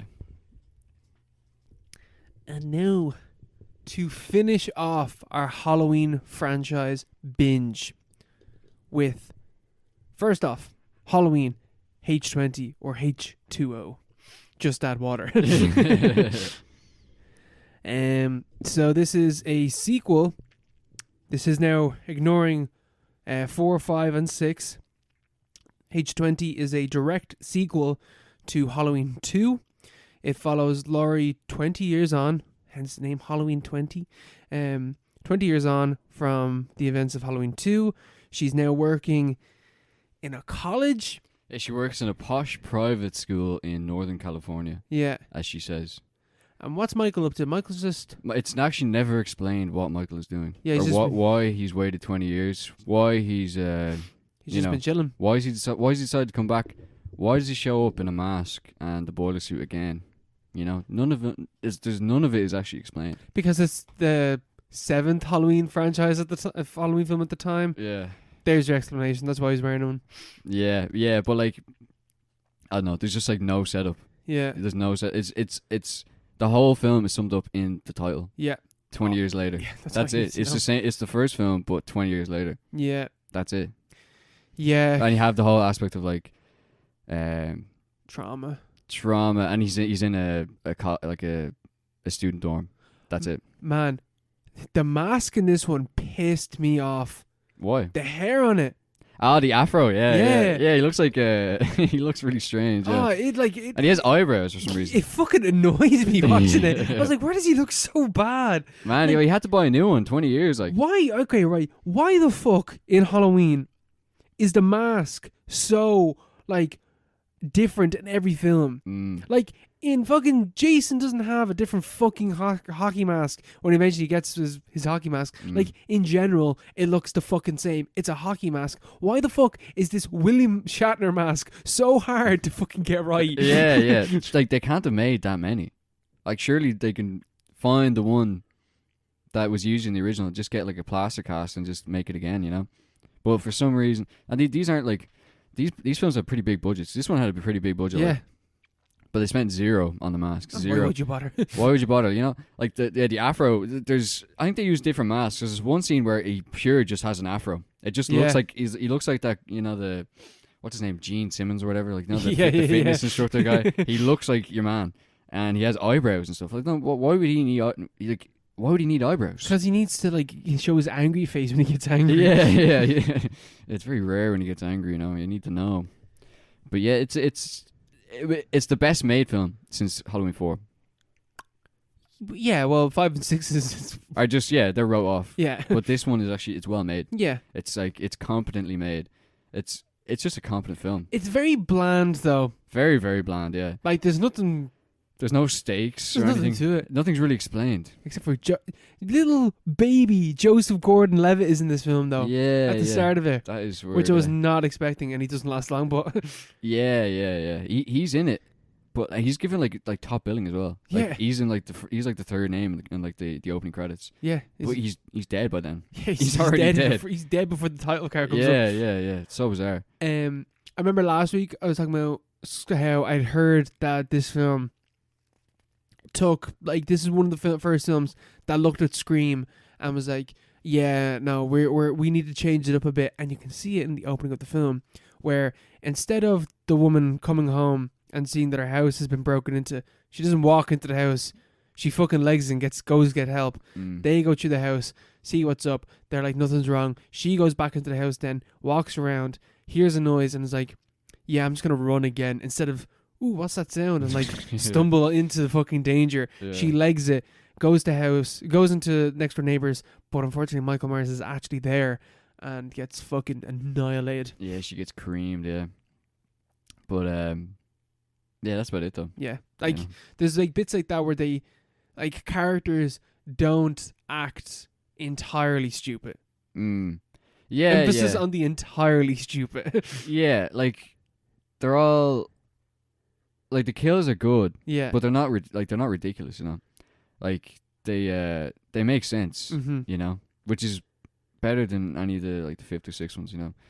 And he only kills 4 people as well, or 5 people. Yeah, he doesn't kill that many. Yeah, so And one of the people that he does kill isn't, well, that you think he kills, actually gets up and he survives. The black character actually survives. man, Ronnie is the best thing about this film. Ronnie's such a king. LL Cool J, like, is one of his first films? I don't know. Or what was he in beforehand? Yeah, I don't know. I think it's definitely one of his first films. But he's fucking class. He's hilarious as well. Yeah, he is gas. He's like the he's a security guard at the school, but he's an aspiring erotic thriller writer. So he's just like every scene he's in, he's just reading out porn that he's written to his wife on the phone, and she's like, "This is shit. What are you doing?" It's like, please stop reading this thing. Yeah. It's so good, you know. And then he has this run in with Michael Myers, but he survives the entire thing. Yeah. He gets shot in the head, but it's by accident, and you think he's dead, but then he just turns out he's alive, and Turns out he's a bit like Michael Myers and just gets back up. He just gets back keeps on up. rocking. It's like it just grazed his head. But he's the best. He's the best part about this film by far. Yeah, He's so funny. because him and Jamie Lee Curtis are the best things in this film. She's good. Yeah, she pulls it off. All the other characters fucking suck. Man, Josh Hartnett, he's all right. Oh yeah, but they're not they're so. They're archetypes. They're like, there's nothing to them. They're just horny teenagers. The other kid, the other guy, he's the horniest man who ever lived. Oh my god, isn't he? Why is he? He's always talking about sex. Put this kid down. Like yeah, he this needs kid, to. He needs help. Yeah, he needs to go see to a camp. Like yeah, go to a camp. Yeah, fucking hell. He needs to be one of those like Kellogg's no wank crosses. Yeah. But like, yes, it's him. Josh Hartnett. Josh Hartnett is Laurie's son, Mm-hmm. and it's Halloween 20 years to the day later. And the whole premise is I forgot that this is a sequel to Halloween 2. So I was like, what happened to Janie? But Jamie isn't in these films. yeah, she doesn't exist. She doesn't exist in doesn't this, exist. Yeah, in this timeline. yeah. So like nothing has happened in the intervening 20 years. Yeah. But they never found Michael, and so Laurie is still like dealing with the trauma. But she's like, there's a school trip. She's the principal at the school as well, which is a bit weird. There's a school trip, and she doesn't want to let her son go because she's afraid of what could happen. Because it's Halloween. It's Halloween, and she's just kind of protective over him anyway. Eventually, she lets him go, but he's like, I don't want to go, and I want to have an orgy with my mates in the abandoned school on Halloween night, which obviously goes terribly, terribly wrong. And Michael shows up. Yeah. It's never explained why. But he's coming after Laurie. But for 20 years, why do you wait 20 years? No idea. No one knows, but he shows up at this private school in California. He drove a long way to get there. Yeah. And he hauled his ass to get there. Yeah, hauled ass cross country to get there. Because he's actually quite sparing in this movie, because he comes across a mother and a child. They go to the toilet because they're just like driving around, and they come to this haunted ass looking toilets that's in the middle of nowhere. And they're just like, yeah, we'll just use this, and then they just walk in and think, I thought Michael Myers was gonna fuck I thought it was gonna be a fucking Halloween 2018 where he just drops teeth down into them when they're in the toilet and just fucking wrecks their shit. But no, he just robs them and then leaves them alone. Yeah, very weird. Yeah, this Michael Myers is more of a ragdoll kind of character, Like, he doesn't feel as like, he runs and stuff. It's a bit weird. Yeah. You see him running. It's like, what the fuck? Yeah. And he gets run over as well. And you're like, what? Like, I don't know. He's not a good Michael Myers, but like, there hasn't been a good Michael Myers since the first one, to be fair. Yeah. So you can't really complain about that. But yeah, it's a very, very bland, a very, very meh film, but entirely acceptable, I think. Yeah. Entirely acceptable. Inoffensive. Complete 2-star film. Complete 2-star film. Yeah, when they made it, the idea was that they're going to end the franchise. Yeah. But there was Jamie Lee Curtis was like, I want this franchise to fucking die. This ends here. But evil dies tonight. Yeah, the evil being bad Halloween films. Yeah. But the producer, Mustafa Akkad, had a clause in the contract where none of the writers could ever kill off. I'm pretty sure that must have impacts today. Like, the writers can't kill Michael Myers. Like, that's in the contract. Yeah. So obviously, at the end of this film, Michael Myers is decapitated, and we are led to believe that he is dead. Side note for a second, right? Because we're basically going to talk about the next film now. Mm. We've been talking about this for minutes. That is how little there is to talk about this film. Nothing to say. There is nothing to say about this film. Maybe I said something else. There's nothing to say about the film. Like, it's like it is so bland, and nothing happens in this film. yeah. Like, Michael Myers doesn't really show up until the last 20 minutes of the film. Yeah, he does. Yeah, that's something I know because it's only an hour and 25 minutes. But like by the time he shows up, you feel like this is the last act. But there's only I checked at the time. There's 20 minutes left. Yeah, I was like, what's gonna happen here? like he, especially because of I think at this stage we've been conditioned by the franchise that Michael Myers is gonna butcher a bunch of people, but he doesn't really do that in this film. He kills, like, again, as you said, like 4 or 5 people. And 3 of them are in the opening. Yeah. And then he kills like 3 other people towards the end. Like, he doesn't kill that many people. And even like it feels very rushed to them when Laurie, like, is just squaring up to, like, I'm gonna fucking take you down. Yeah. You don't really believe it. You know. There's no stakes or anything. Yeah. Like, because you know what's gonna happen. I watched this. I barely watched this film when I was watching. I was like, this is just pure vanilla. It's a waste of time, pretty much. It is. It's a complete waste of time. Like, it's just boring. Yeah. And like, I was reading up on it, and like, critically, when this film came out, they're like, this is the best Halloween sequel. No, it's fucking not. Yeah, it's not. Yeah. It's just not. Like 4 is way better than this one. Yeah. And 4 has its flaws, but it has so many ups. Yeah, it has more ups anyway. This is just like mostly downs, and then just kind of mediocrity throughout the entire thing. It's a big plateau, yeah. But yeah, as you were saying, like, the end of the film. Yeah, the end of the film, Michael is killed. We're led to believe he's killed. First, he's killed in, Laurie gets him, stabs him loads of times in school, and it's all over. And the medics show up, and like everyone's like taking down details. And then Laurie's like, she's like, I have a suspicion here. So she hijacks the ambulance. The ambulance. She hijacks it at gunpoint and drives away. Michael Myers is in the back, and surprise, surprise, he's actually alive. He gets up and they have like a little struggle. He goes flying through the window because she like slams on the brake. He goes flying through, and then she runs him over, and then she goes flying off like a hill kind of thing, and they're both like down there, and basically it ends up that she's pinned Michael against a tree with this ambulance, and he's there. Like, they have this tender moment between it's established that they're brother and sister still from the Halloween second one. 2, and they have this supposed tender moment where he's reaching out, and he's like, he seems to be going, no, please don't kill me. But then he's like, he grabs her, and he goes. She realizes, like, nah, I'm not falling for this. Yeah, that's your one. Yeah, I'm not falling for this. Yeah. No, she's like, yeah, Michael, I've seen this before. Like, we've all seen this. You know? Yeah. Like, this. Yeah, it's maybe a thing about Scream. It's like characters not doing something stupid, you know. Yeah. Like, she's like, nah, fuck it, and she has like an axe for some reason.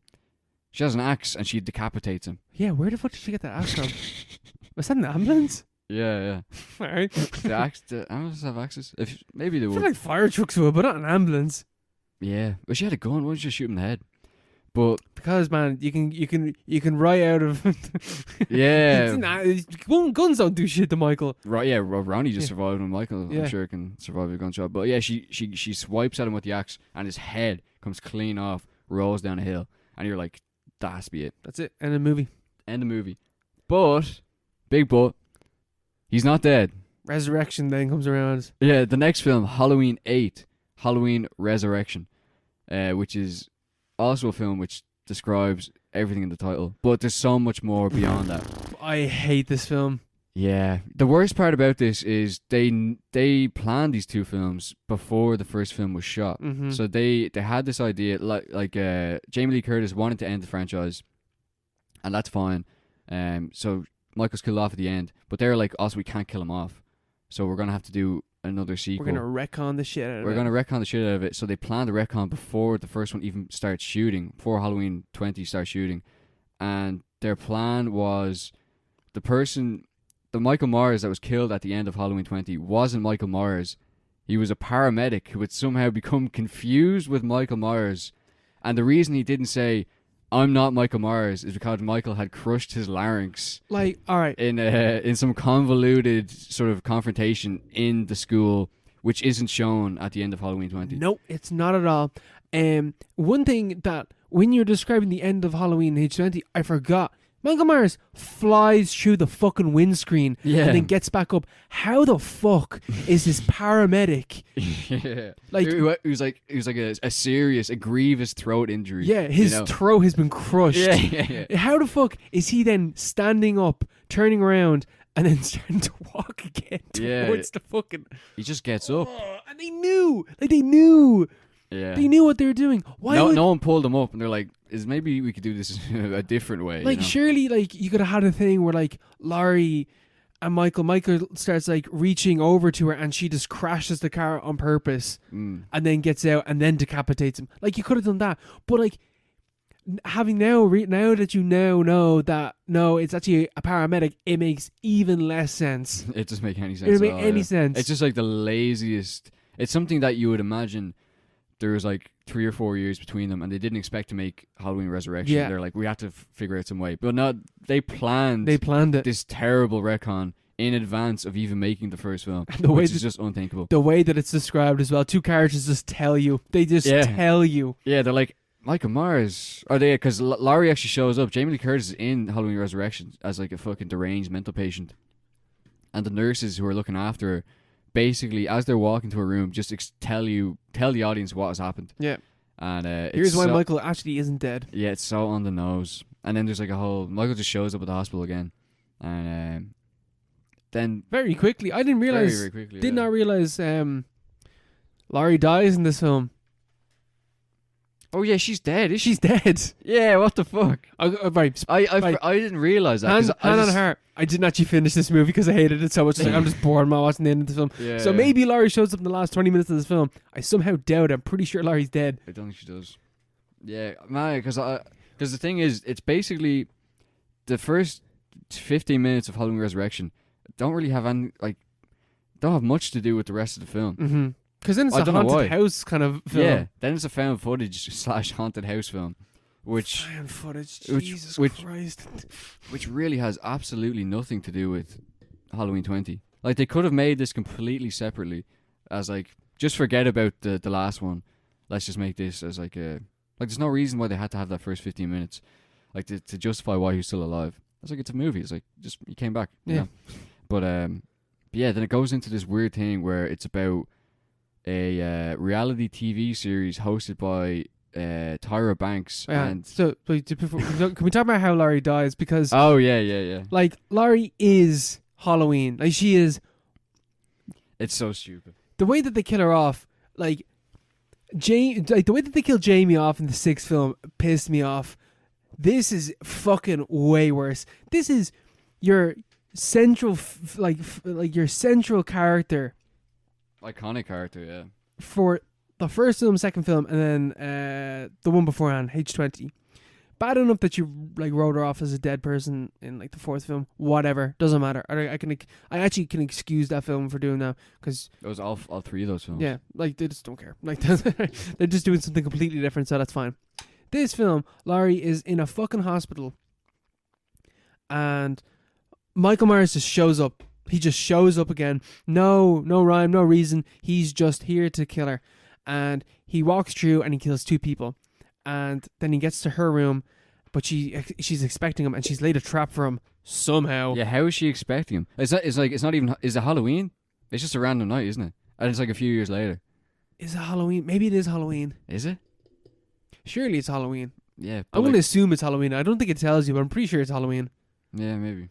Anyway, and she has this trap for him somehow. I don't know how a patient in a hospital is able to set up this trap on the roof of the building, but she has anyway. And she captures him, and he's hanging upside down, and he's defenseless, and she's about to just drop him off the side of the building. But then because she has like all this trauma over the fact that she accidentally decapitated this poor paramedic. She's like, oh, better check to make sure that it is Michael Myers this time, even though he was trying to kill you like 3 seconds beforehand. Yeah. He was slashing at you with a knife. Pretty sure it's Michael Myers. Even if it's not Michael Myers, it's like, this isn't a good guy. Like, And she tries to take the mask off him. Shock her. He grabs her. But he's like hanging on this rope upside down. The rope snaps and he pulls her off. and he stabs her in the back, and Michael Myers' grip strength is insane. He's there holding on to the edge by like 3 fingers, and he stabs her, and then she falls to her death, and that's the end of Laurie. And she kisses him first. She kisses him. She does, doesn't she? She's like, "See you in hell." Oh, fuck this movie. Yeah. Like, that is like, why? That's like such a bad. It is Halloween night as well. Halloween night 2001. So, this is the most 2000s, early 2000s Halloween. It's like a bizarro world. It is version of Halloween. like absolutely insane. I actually watching this film, I was like, films in the 2000s were just different, bad. weren't they? Just bad. Like the 2000s, so like the majority of films that came out in the 2000s were fucking awful. Yeah. I don't know why though. I'm not sure. We still haven't solved that. It just does, because this is one of those really like egregious examples where there's something about it. It's just really lazy. It's like no one edited. There's like a first draft of the script. Mm-hmm. Like no one pointed out that really. I didn't even actually notice that. The fact that like she checks Michael's identity. Well, first of all, the retcon is just completely like inexcusable, unforgivable by professionals. These are people were paid to make this or paid to write this. But then she tries to verify his identity. But this guy's he's tried to kill her. Like it doesn't matter who he is. It doesn't matter who he is anyway. And it's just. And then it goes into this completely different thing. Does she think that Michael Myers is after crushing another person's larynx to try and get her? Like, damn you, Michael! You know what? Like what? I would fucking love if that's actually what it was. That he brought a second costume with him, crushed someone's larynx, and then she tries to kill them, and then he shows up behind her and then pushes her. Yeah. It's like, wow. I prefer that than what we got in this film. Yeah, he's always one step ahead, you know. He's like a chess master. Yeah. But yeah, then it completely changes tact, because that first 15 minutes is very even Halloween 20 very kind of serious, or it takes itself quite seriously. But then you have like almost it changes register into a completely different film. Which is it's about a web series hosted by Tyra Banks and Busta Rhymes, where teenagers are dropped into Michael's childhood home for a night on Halloween, and then it's broadcast live to the internet, and they all have cameras on them. So it's kind of like GoPros on them. You have GoPros, yeah. So it's like first person footage. It's almost like found footage kind of techniques. It looks like ass. It looks so bad. It looks so bad. But like intermittently throughout the film, you have rap and hip hop in the background, mixing in. You kind of have to admire it because like it does play with the original score at certain points where like it's actually it fits the vibe. Yeah. But the vibe is like so chaotic and so like it doesn't cohere to anything at all. It doesn't really make any sense, and it's just weird to hear rap songs in the middle of Halloween. Rap tracks. It's like, what is this? Busta Rhymes. Yeah, Busta Rhymes. Starring in Halloween 8. Yeah, he's pure just in this, He's not himself, but like, he basically is, though. he basically plays himself. There's a scene at the end, which I think is where, before you stopped, or after you stopped, where he basically engages Michael Myers in a kung fu fight. And he's like, trick or treat, motherfucker. And then roundhouse kicks him. He roundhouse kicks Michael Myers, and then he electrocutes Michael in the balls. And for the first time in the series, you missed this. The first time in the series, Michael says something. Yeah, I've seen the clip. He goes, no. Yeah. And he falls backwards, and he dies because he got electrocuted in the balls. Is that how this film ends? Yeah.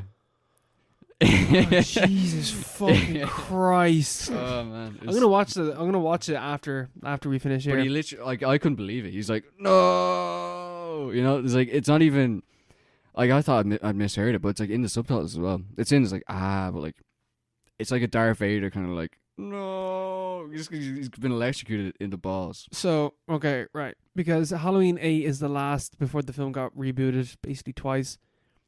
Are you telling me that the way that Halloween 8 ends is Busta Rhymes kills Michael Myers, Yeah. not Laurie Strode? No, she's gone. Busta Rhymes fulfilled his destiny as the executioner. It was foretold in the first film. Yeah. If you actually look, there's a lot of foreshadowing Yeah. in the 1978 original. You know, you can hear a Busta Rhymes track at this certain scene. But they burned down his gaff, and he's supposed to be dead, and he is dead for all intents and purposes within this timeline, because obviously it is rebooted. Like, this is how he dies. This is how the original Michael Myers dies. That is he's killed by sacrilege. He's electrocuted by Busta Rhymes in the balls. I mean, to be fair, that is how this film deserved to end. Yeah. It's a fitting ending, actually. Yeah, for how fucking bullshit this fucking film is. Did you notice the peeping Tom bit? No.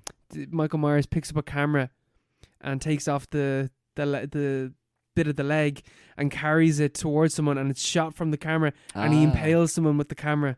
I didn't know. Pure. I was watching it because I was like, this is a fucking weird movie. And then the peeping Tom reference happened, and I literally hit pause. I stood up, I walked away from my computer, I put my hands on my head. I was like, what is going on? Yeah. What are they thinking? Like, all over the shop. Oh Jesus! And like the like. Okay, what did I write here? I wrote something here. I wrote, the worst acting I have ever fucking seen. The worst dialogue I have ever fucking heard. Yeah. The acting in this film is so bad. It's so bad. The worst plot line is so it's all online. It's a web series, and one of the girls, I can't remember her name. She's the main character, and she's on it. But she's also the internet is a big thing, but this is 2002, so like the internet is kind of like this crazy kind of abstract thing that no one above the age of 15 seems to understand. Yeah. It's not like it's all done so like clumsily and so, like so heavy-handed. Like, she's in Michael Myers' house, and she's on the web series thing, but she's also communicating with this guy anonymously on like some chat room. His name is Deckard, and it's completely irrelevant to what's actually going on. But this guy Deckard is at like a house party, and everyone at the house party like sits around and like watches him as he communicates and gives like tips and tricks. Yeah. It's like a let's play. Yeah. How to survive in Michael Myers' gaff. He's like typing. He's like, he's behind you, Yeah. It's like, try the window and all this stuff, like typing away in the chat room with the main character. And it's just like, there's no reason to have that in the film beyond the fact that it's like, oh, we're putting the internet. Does everyone know about the internet? Oh man, there's a line earlier on where like one character walks up to another character and it's like, "Did you get my email?" And I was like, "Wow, this is the 2000s." Yeah, did you get my email? I thought he was gonna be like, "No, why did you not text message me?" Yeah, why didn't you just call me? Yeah, get my email. Like, what? Even back then, that wasn't a thing, was it? Yeah, emailing people like that. Yeah, fuck. Imagine that. That's funny though. It was pretty funny. I was like, yeah, this is the early 2000s. But some of the dialogue in the film, like, for some reason, there's two extremely horny dudes that are in this gaff. The big fat fella. No. In the Michael Myers house, you have. Oh yeah. The music major and the critical. Yeah, the girl, the critical theory girl. Yeah, those two. Weird. Those two start banging. Yeah. Like, and they, I fucking. So they take off their their headsets because like there's no cameras down here, and they throw them down. But the way that they throw them down, they still just start fucking in front of where the camera landed. It's like there's no cameras down here. You're wearing cameras. Yeah, you're wearing cameras. They take it off, they put them down, and then they just start fucking in front of the cameras. Yeah. And then.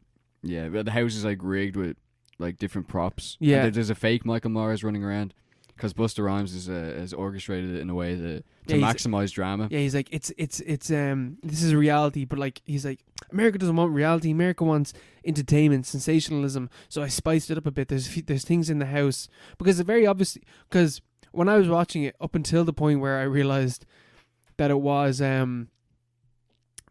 like all staged. I was like, what is this house? What is going on in this house? And then it's like, I just wasn't paying enough attention to realize that it's very clearly all fake. And Busta Rhymes is manipulating the house. Because there's like a cellar down in the basement. And that's where they're fucking. And then the wall caves in and all these fake mannequins. And skeletons come out. But right behind that wall is just the sewer system that Michael Myers is apparently. I think He's this. been chilling in, yeah. I think the suggestion is that's where Michael Myers has been for the last 20 years. Yeah, living in the sewer on He's his been gaff. living in the sewers in his gaff. But where did he get the car, from the first one? Halloween 20. He had a nice car. That is too many questions. Nice Mark. little truck. That is too many questions. And he eats rats as well. And then he leaves them alive. Did you see that part? Yeah. Weird. And everybody, because everyone's watching it like, oh, this isn't real. And they're all watching these people get massacred. But then after they realize that the people are being massacred, they still watch it. Yeah. Did they even call the cops? I think they try. I think one guy tries to, and the cops are like, oh, shut up, kid. It's like, this is fake. It's like, this is not a hoax. Yeah, Haddonfield PD, classic. Yeah, Haddonfield PD. Nah, Michael Myers. Yeah, sure. Never. All right. Yeah, whatever you say, buddy. It's like, I've not heard that Laurie Strode has been murdered and two people in the hospital have been killed. Yeah. Like, what was with that guy that was in the hospital? The guy that was a big John Wayne Gacy fan. Yeah. And he was like quoting all the birth dates and stuff like that. I'm not sure. I actually have no idea. What was his the point deal? of that? Yeah, he just wore a clown mask, and then he'd be like saying Ted Bundy's birthday. Like he's just quoting like serial killer facts and stuff like that. And then he meets Michael Myers, and Michael gives him the knife. He's like, here's a souvenir. Yeah, or maybe setting him up to be the killer or whatever. As in, like, he gives him the knife, and then the cops on the legacy. Yeah, or no, the cops think that he did it, killed the people. Oh. That's definitely what it is. Yeah, because he would not be able to continue on the legacy of Michael Myers. That guy's a dud. He's smart in this film, Michael. He's actually very clever. Yeah, because he's a smooth operator in this one. He lets Busta Rhymes live when he bumps into him, dressed up as him. Oh yeah, because oh, you can be the decoy while I go around fucking other people up. Yeah. That scene's actually funny. Yeah, it is. He's like, what are you doing? He's like, Busta Rhymes is slapping him. He's like, what are you doing, you stupid idiot? Well, like that's like imagine what did John Carpenter think about that? What would he be like? He'd be like, "What have you've massacred my boy? Look what you did to my boy!" Yeah. Holding Michael in his arms like fucking like Loomis. Yeah. Look what you did to my boy. Yeah, it's definitely it says it all really about the descent. But this was the last one. It's all over now until the remakes, which are only slightly better. But then you got 2018. You got 2018, yeah. But then you got Halloween Kills, and we're back down to...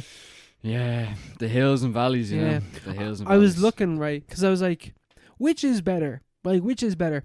The Halloween franchise or the Texas Chainsaw franchise? Halloween franchise has, for me, 1 5-star film, 1 4-star film, 1 3-star film, and then loads of 2s, and then we get to 4 films that are 1 star or below for me.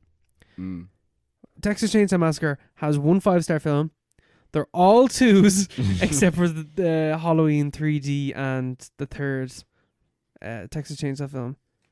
So like, which is better? Like the highs, there's more highs in Halloween, but there's more of them. So I kind of feel like that's a point against it. How many Texas Chainsaws are there? There's 8 in total. 8, and there's 12 Halloween. 12 Halloween films. 12 Halloweens. I'd say Halloween wins. I think. I think Halloween does, because Halloween has two really good films. Halloween 1 and then Halloween 2018. Yeah. And Texas Chainsaw only has 1. I was wrong. Yeah, Texas Chainsaw literally has 1. Yeah. But you also get Halloween 3, which is decent. Oh, yeah, exactly, yeah. And you also get Halloween 4, which is also decent. So there's actually more better films. There's actually 4 good films in the Halloween franchise. Yeah. Definitely, yeah. A quarter of them are good.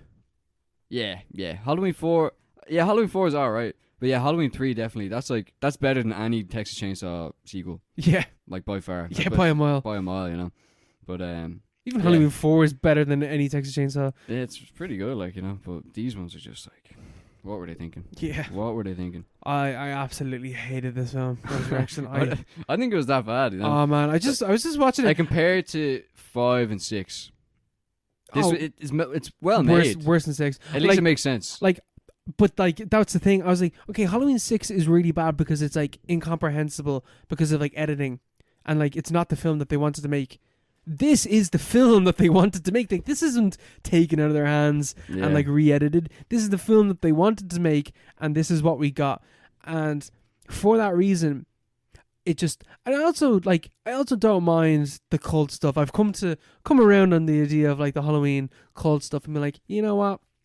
I can live with that. I think that's not a terrible idea. It's better than Busta Rhymes fucking roundhouse kicking Michael Myers and tasing him in the balls. Yeah. For the win. Yeah, for the win. Yeah. Fatality.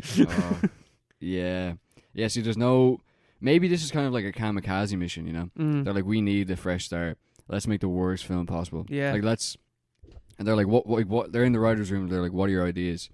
It's like, how do we get Busta Rhymes in? And he just tases Michael in the balls. And like, that's how he dies. Like, And everyone burst out laughing. Everyone's like, yeah. Hasn't been done before. Sounds good. Yeah. It's like, they'll have to reboot it after that, you know?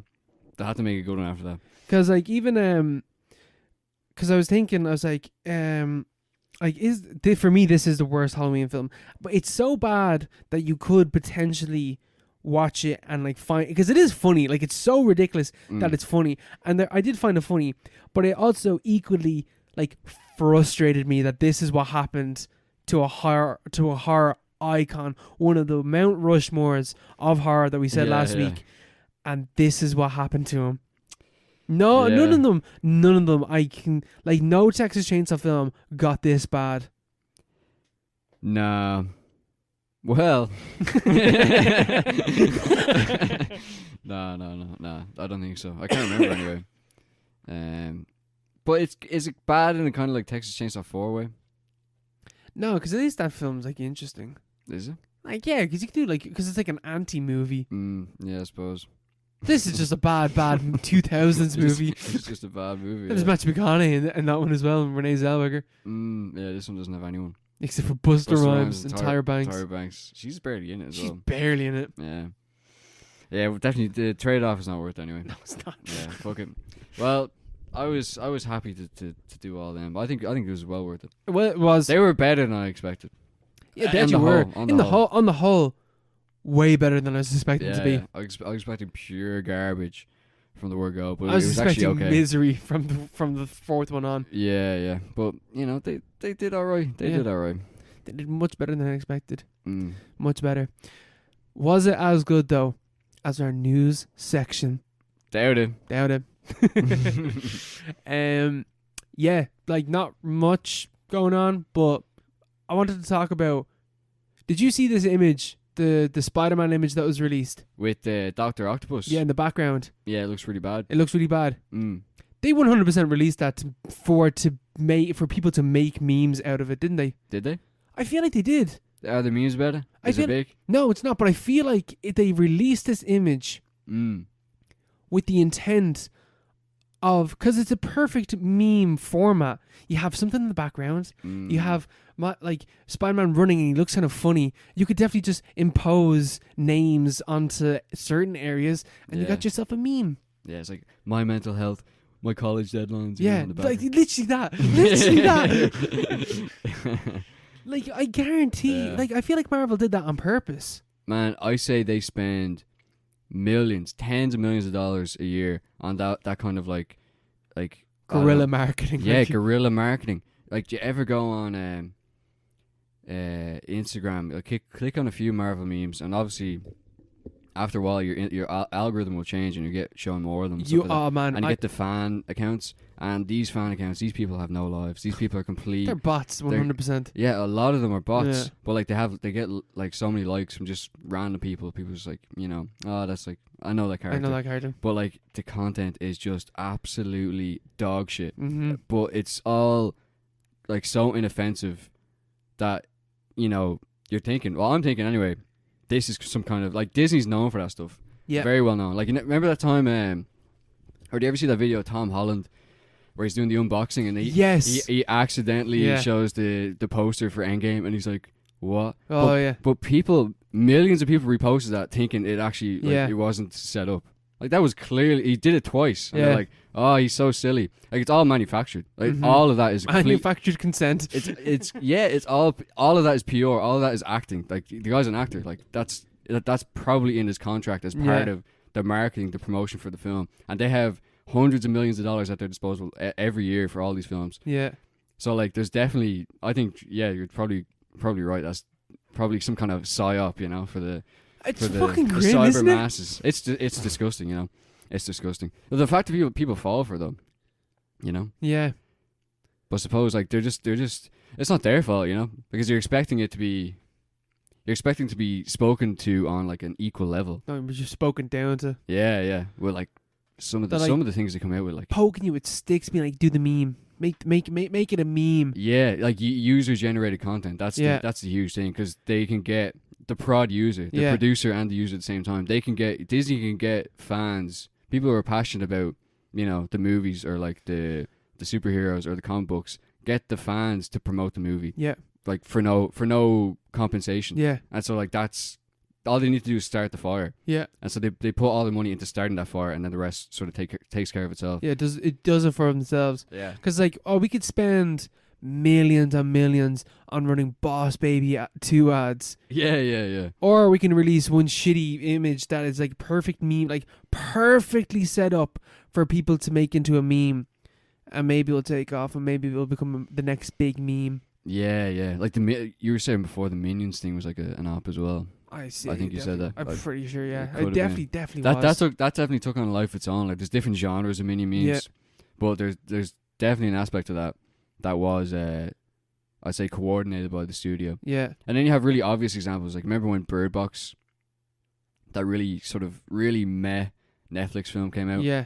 And That film that came and went. that came and went in the space of about a month. But there was like for about a week, or Instagram was like saturated in Bird Box memes. Yeah. But the memes didn't even really make any sense. But they were everywhere, Yeah. and people noticed it. And I think it made them sort of like draw it back, Mhm. because it was so obviously kind of artificial in some Yeah. kind of way. It was obviously driven or sponsored in some kind of undercover way, but.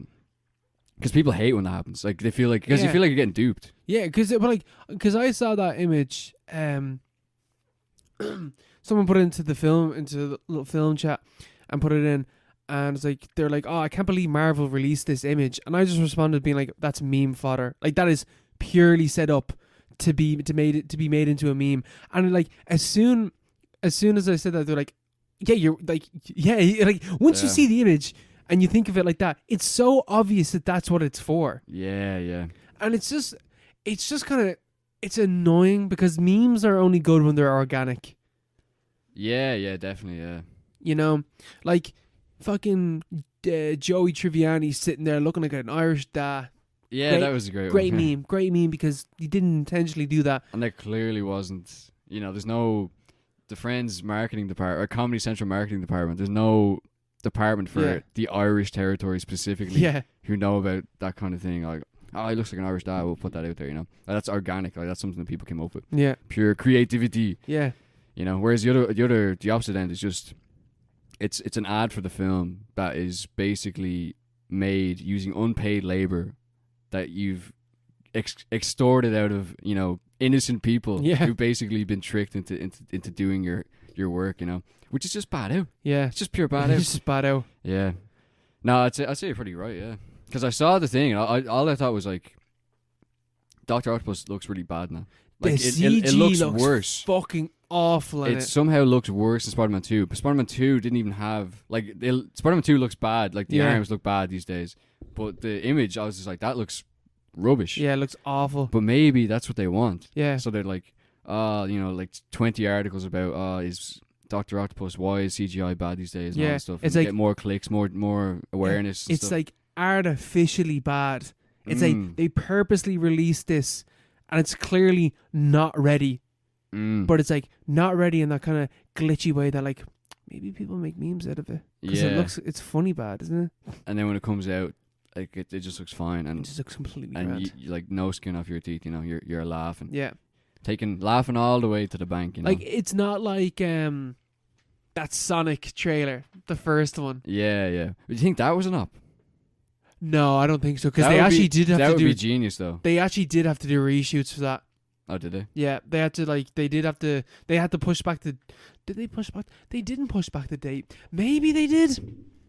Now that would be kind of like That would be a maybe- scumbag move, but like kind of admirable as well. Yeah, do you Like the think they had him- balls to do that. Do you think that they made Sonic look like shit just for that trailer? Like, he looked grand the entire way through the film, but they were like, here, make a really bad looking Sonic Yeah. for the trailer. Because Jesus, man, if Isn't you- that kind of a good idea? that's a genius idea. But Yeah. like, you go back and you look at that thing. Oh my god! Like, I kind of forget how bad it looked. His eyes are like human eyes. His eyes are tiny. Yeah. He's got like really thick quads. Yeah, because he's a runner. So Yeah. it has to be realistic. Sonic the Hedgehog. He's got teeth. The fucking teeth. He's got human teeth. Do you think they did that with the Mario movie? Well, having Chris Pratt in it. Yeah. No, because Really? it's Illumination. I don't think Illumination are like Illumination just make bad movies. Oh, do they? Yeah. Who's so the other guy in it? Someone else. Charlie Day's Charlie in it. Day's Luigi, is he? Yeah, which is like, but see, That's a good casting, though, isn't it? like everyone else is good casting, but then you just got Chris Pratt. Did you see was that a real quote when it's like he was talking about how Mario doesn't have an accent now? He's normal. Oh, just I goes- didn't see that. No, because they're asking about. Are you I gonna don't do know an if this. Italian I don't accent? know if this is real, but like, it was just a quote from Chris Pratt talking about. Someone asked, "Are you gonna do like an accent? Is the voice gonna have an Italian accent on it?" He's like, "No, Mario's gonna speak normal now." It's just like, What do you mean normal? Yeah, normal. He's normal now. It's like, what? He speaks American. He speaks normal. Yeah. It's like he just has an Italian It's accent. like, hey, it's a me, a Mario. Yeah. Well, I thought that was funny though. That's such a Chris Pratt thing. That can't be, because he seems kind of like that kind of person, isn't he? Yeah, he's a weirdo. He's a big old weirdo. Yeah. Would you think okay, right. I just thought of this now. What if post-credit scene Wario shows up and it's Elon Musk? Oh fuck. That is a good one though. I would lose my shit. Yeah. Post credit scene. Who's sticking around to the post credits in the Mario movie? He's just like, go the fuck home. Why are you here? Yeah, why are you? That would be funny. Like that would be good. I could see it happening. Man, Elon Musk would be up for it. Yeah, as long as he gets to drive like a Tesla on like the fucking Rainbow Road or whatever.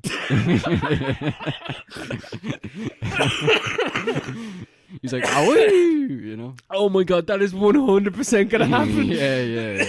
That would be. We should be working for these companies. Man, These it's are great ideas. easy, like, it's These so are easy. These are great ideas. Oh my god, That that would be is great. so funny. It just blows up, and he's first, and it just blows up. Yeah, the blue shell. Yeah, the yeah. Tesla blowing up. Oh my god, that is fucking gas. Yeah. Yeah, but see, because I think because Chris Pratt will be throughout the entire film. It's not like he's just in it like for a little bit. Like, he's the star of the film. Well, yeah, but like, You're really going Yeah. balls deep on that bad advertisement then. yeah, you just Speaking of bad it's movies, just this genius marketing idea. It's like it's a fucking awful it's just movie. the early 2000s school of thought. Just make a bad movie. Easy. People will hate it, you know. That'd be great. Chris Pratt is one of those people that's just in fucking everything now as well, isn't he? Yeah, he's in quite a bit. He's pure oversaturated. He sold out. He sold out. Why was he? Well, he's in Parks and Rec. He's great in Parks and Rec. He sold out when he went to the gym that time. He should have always just accepted who he was. Yeah, he should have just been Andy the entire way through. Yeah, the dad bod. He could have been Jack Black, the new Jack Black. Yeah, exactly. Yeah, you know the funny. But fat instead, guy. what film was he in? That was he in Guardians of the Galaxy? And that's where it all kind of took That's off. where he blew up. Yeah, Yeah. But that's manufactured as well. Not in the sense that like there's any kind of like, I don't know, pulling the wool over people's eyes. But I remember around then, like, there was like wall to wall editorials about, whoa, Chris Pratt has reinvented it. Like, he was sold. Like, they put lots of money into like selling him as like this new, you know, leading man hunk who's like, you know, he's fucking changed from being the fat guy, the fat funny stupid guy, to like this, you know, fucking hunk, and he's ripped, and he's in Guardians of the Galaxy, and he's like, he's got a wet choke you with his muscles. yeah, he's got big muscles and all this stuff, and it's like, this whole idea of like Guardians of the Galaxy being like an underground kind of like, you know, sleeper hit when it costs $250 million to make Yeah, it. it's directed by it's like unknown director like James Gunn. Yeah. Yeah, kind of unknown director. James Gunn, yeah. Unknown in the sense that like Oh, James Wan. I was like, who the fuck's the horror director?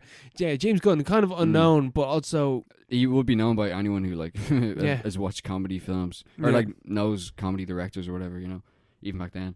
But yeah, no, there's a lot of that's just marketing though, marketing. Yeah, should be easy. We should fucking we should Just get get into head marketing. into the industry, just Yeah. make bad movies. just make bad movies and Instagram posts. Yeah. Get Just- paid. Just boost all the fucking Instagram posts. It's easy. Yeah, just stick a few euro on that. Yeah, don't It's like worry about it. we have a 5 million budget. What you want to do? Instagram ads. Just the entire way through. Wait a minute. Think about it. Instagram ads, wall-to-wall footage, on the stories, everything, coverage everywhere. When you open Instagram, it is just Marvel Marvel. everywhere. Yeah. that's More the so thing. than it already is. Memes that they're not funny, but they're not bad, Yeah, They're just there. they're They're the perfect like material. they are the Halloween H20 of memes. They're perfectly vanilla, Yeah. beige. That's yeah, beige memes. That's the future. That is the future that we're heading to. Did you see Alex Baldwin killed that? Your Man, one? I forgot. I said Yeah. there was no news this week. Yeah. Completely forgot about that. I was just thinking about that. That's sad. Marketing. Yeah. No, that's bad. But yeah, that Yeah, is that was sad. real fucked up. That's sad. Did you hear? But he's producer on that.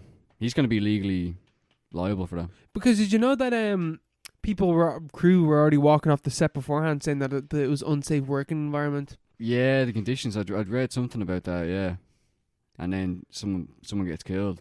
What's a live gun doing on set? I don't know. Yeah, because there was blanks in it, but the blanks didn't work. Was it blanks? Was it like There's blanks in it, yeah. The Crow? What's the man's name? Brandon Lee. Yeah, Brandon Lee. Is it a similar thing that happened to him? It's the same thing. I'm pretty sure. Like there's when they shoot it, it didn't go off or something. I don't know why that would happen because like surely if it doesn't go off, you'd be like there's something wrong with this. Yeah. But basically it didn't go off, or like the casing got lodged in the chamber, and then when they shot it again, the blank fired, but it hit off against whatever was left of the thing that didn't fire, Mhm. and the thing that didn't fire, the projectile shot out of the gun as a normal bullet, Yeah. pretty much, at the same speed anyway, so it could kill people, and it killed your one. And it injured the director. Yeah, so he clearly shot again after. Well, yeah, maybe because if it's a western film, isn't it? Yeah. So maybe he's doing the You'd hope so anyway. quick Yeah. fire. Unless he was just like, he just had a mad moment and paid off the rest of the set. Don't tell anyone about this. Yeah, No. yeah, it's just super sad. Yeah, some really bad taste memes going on about that. It actually is pretty bad, bad out. Because it was very clearly an accident as well. Oh, clearly an accident, yeah. But at the same time, he should have never signed off on being like he wasn't. He would have only been producer to like boost his wage packet, but at the same time, he did accept legal liability for conditions on set, and people walked off set. So he should have stepped up and said like, we have to address these problems. Yeah, I don't know what the issues were.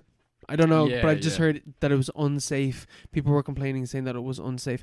Don't know how. Well, the fact that that happened is like It kind of proves the point. proves the point. Yeah, like it's an unfortunate thing because like it's not something you'd expect to happen. Like cutting corners, you obviously should never do that. But people make mistakes, and then obviously it's ruined his career. I'd say. Yeah. Do you think this film gets released? No way. No way. Because I think with people aren't even like The Crow got released because people wanted to see The Crow. And the film was basically over by the time that happened. Yeah. They're mid shoot on this one, weren't they? Rust, isn't it? I hadn't even It's heard called. about this film. Although to be Never fair, it mind. is an Alex Baldwin film, so why the fuck would I heard of it? Yeah. Yeah, it's real fucked up though. Yeah, it's sad. She was not even young as well. But I've heard that she was an up and comer. Like she is someone that would have became a name in the industry. Yeah, she was only in her 40s, wasn't she? Yeah, but she's only breaking out. Yeah. Oh, well. Yeah, she R.I.P. Rip. Probably should fucking read out her name because I don't know her name. Was. Yeah. Yeah, rest in peace.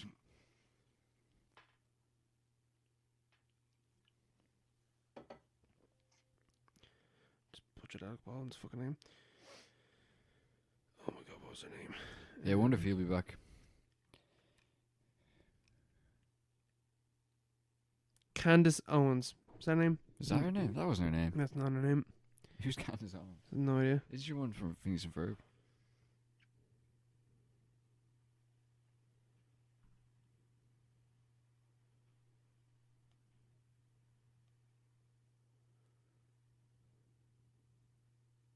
Helena Hutchins. Helena Hutchins. Yeah, that's her name. R.I.P. Yeah. And there's still loads coming out about it as well, because of they basically were warned by the crew, like, this is not safe. Yeah. Yeah. That's the thing. Oh, you know. I was listening to your workers. It was non-union work. That's the thing. Oh, was it? Yeah, yeah. Yep. So, Alec, you should have done better. Should have done better. If you're listening. Probably is. Yeah. We're going to listener questions. Yeah, yeah.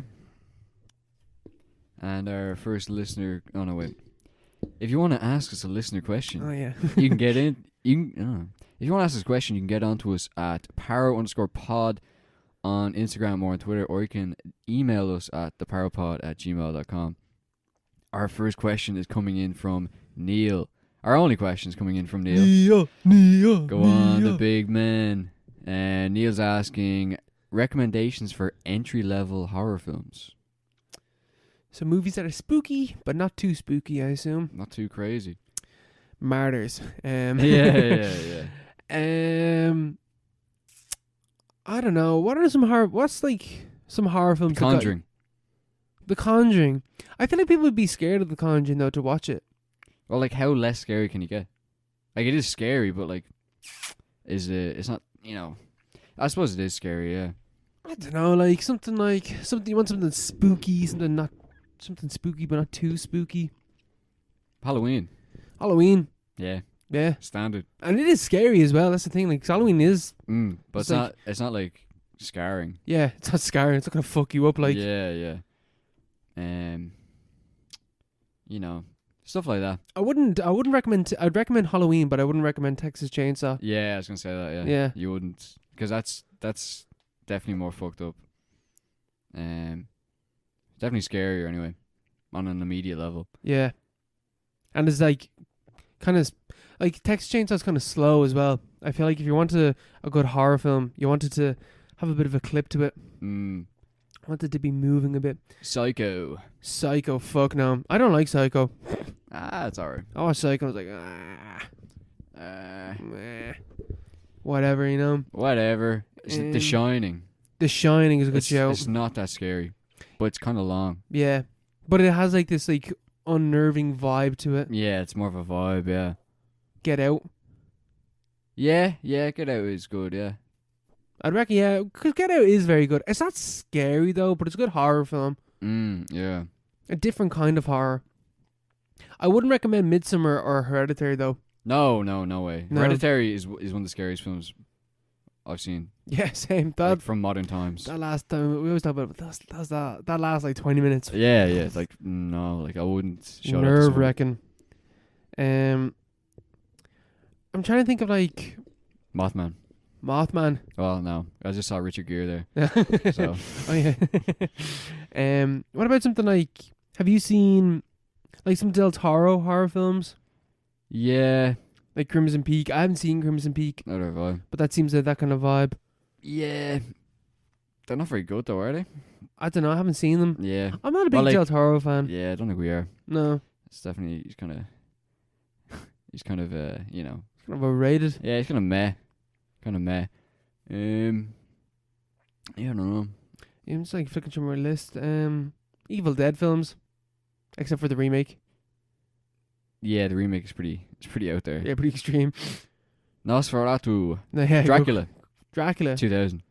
Yeah, I haven't even seen it, but the vibe it doesn't seem that scary. the Gary Oldman one. yes, Mhm. yeah, that's a good show. And I think it is creepy as well. Good creepy vibes to it.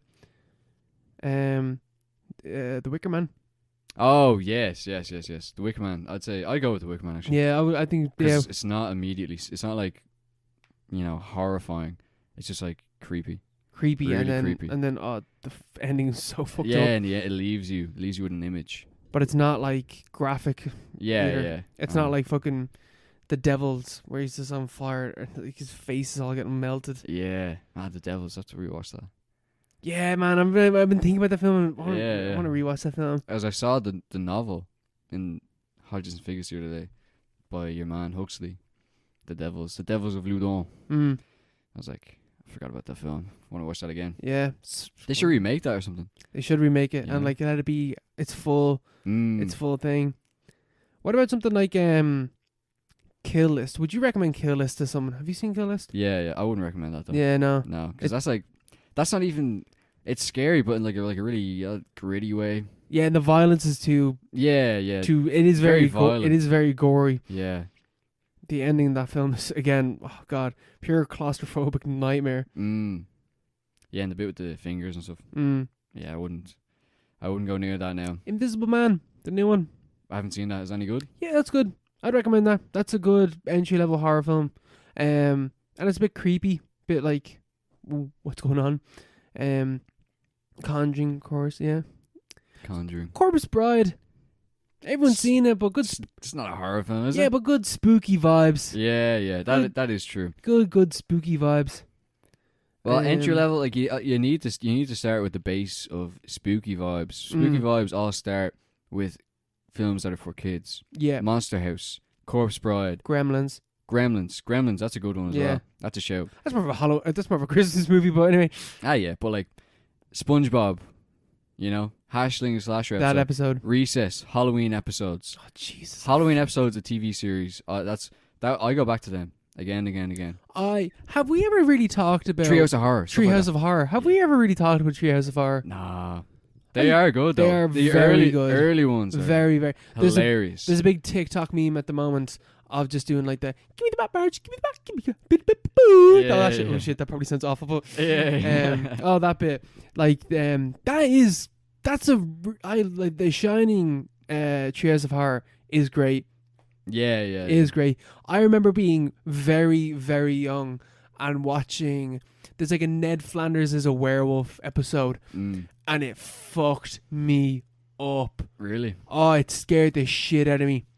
Cause I can't really remember. I remember he gets run over at the end, isn't it? He gets run over and then Homer picks him up. Homer is just like, oh, it's a dog or whatever, and then Ned Flanders is a werewolf, and Homer turns around and Marge, Lisa, and Bart are fucking hauling ass away, and then Homer turns around and he gets mauled, but like the camera pans up and you just hear like Homer shrieking.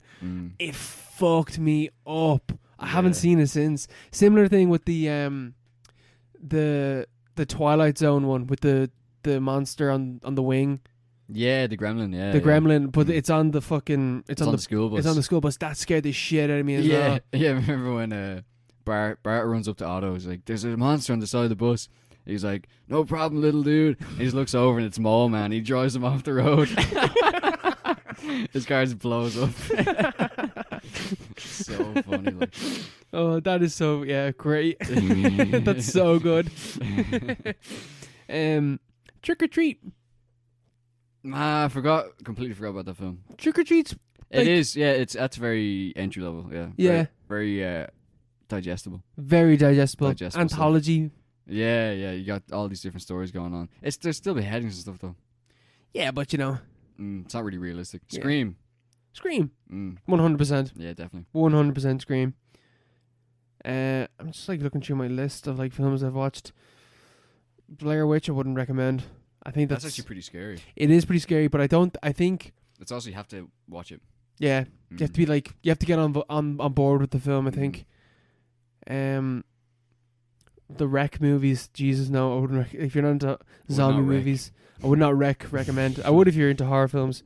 It's great, very good found footage films. Ever seen Pet Sematary? No, I haven't. I've been meaning to watch that. Is that good? The original one's very good. The new one, it's not good. The new one's on Netflix. Yeah. It's shy. So the old one, not the new one. Yeah, don't watch the new one. Watch the old one. The old one is it's not like balls to the wall scary, but it's really creepy. What's the thing that because I heard when they did the remake that they changed something. Have we talked about this in the podcast before? I believe we have. Yeah. Because have we? I think it was last year. We might, yeah, maybe last year. Yeah, they did. They changed a big thing in the new one. Because in the original, I don't know, it's kind of a spoiler, but someone stays alive. They keep him alive. We can just edit this out. Yeah, the kid dies in the original. Mm-hmm. And I think it is. I think the kid dies in the original, and then he has to come back and stuff. I think he stays alive in the new one or something like that. I can't really remember. But yeah, they made a really big kind of adjustment to the plot. Yeah, but that's not really the main problem. Like, there's just no real impact to any of the stuff. Like, there's a really cool scene in the original where an Achilles tendon gets chopped.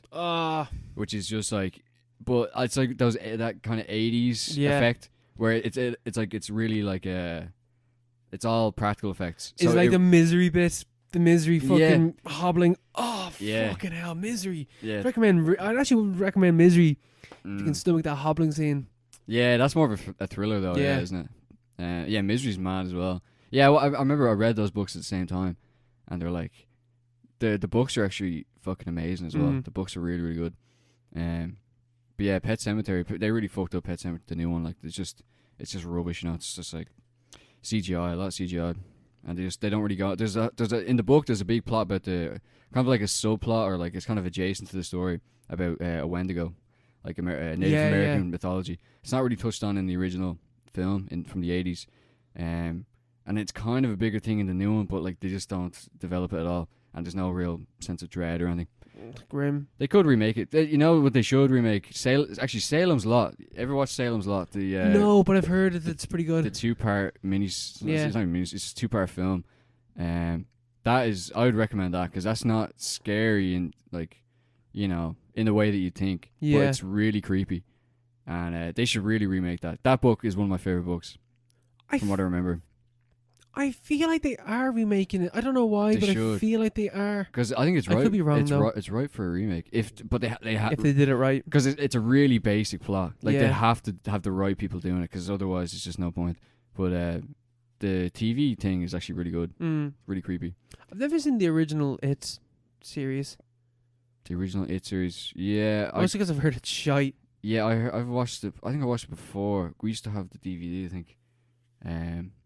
We still have the DVD, but yeah, I don't remember it being very good. Man, I remember, you know, when you're a kid and like people describe horror films to you.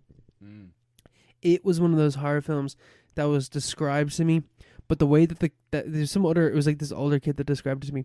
The way that he described it was just like, this is like the most disturbing film ever made. Like, normally when like films are 18s, they have like circles. This one had a hexagon because it's really fucked up.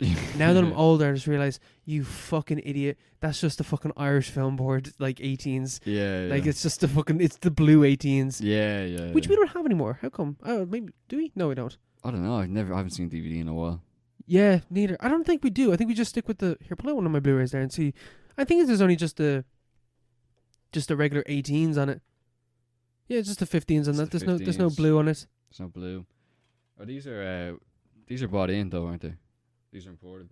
That one I bought in Golden Disc years ago. Oh, really? Yeah. Oh, 18s. Yeah, 18s. That's weird. That's bizarre. Some of them do, some of them don't. Colonization. That's colonialism right there. Yeah, is the red 18s? Is that the UK one? Yeah, that's the British one. Yeah, I think. Weird. Must be. Yeah. Weird. We leave it at that. We'll leave it there. So till next week. Till next week. Next week we're moving on from our horror binges. Although no more horror. No more horror films. Till the week after. We have to do a quick little roundup of horror films that we did on Halloween. Oh yeah. This will true. be released the day after Halloween. So unfortunately, on the fucking 16th of November, you're going to be in a quick little horror roundup. But we will be talking. The main focus will be on Federico Fellini. Federico Fellini's 8.5. One of the quote unquote greatest films of all time. Greatest film of all time. We're going in there. We're finally breaching the void. You know. Yeah. This realm of cinema that we haven't, like the European classics that we somehow have never. Should probably some Bergman as well. Yeah, maybe we'll just do all the most pretentious ones. Yeah, Dreyer. I already did Dreyer. Show up in like turtlenecks and stuff. Yes, fucking smoke cigarettes and like sticks. Yeah, exactly. Whoa, wear our glasses. Yeah. Like they put down at our noses. And they don't have any prescription. No, we can't see anything. No. Don't need to see to talk. Yeah. Right. Well, we will see you all next week. Bye. Sayonara. Bye. Oh, and enjoy Halloween. Hope everyone enjoyed their Happy Halloween. Bye.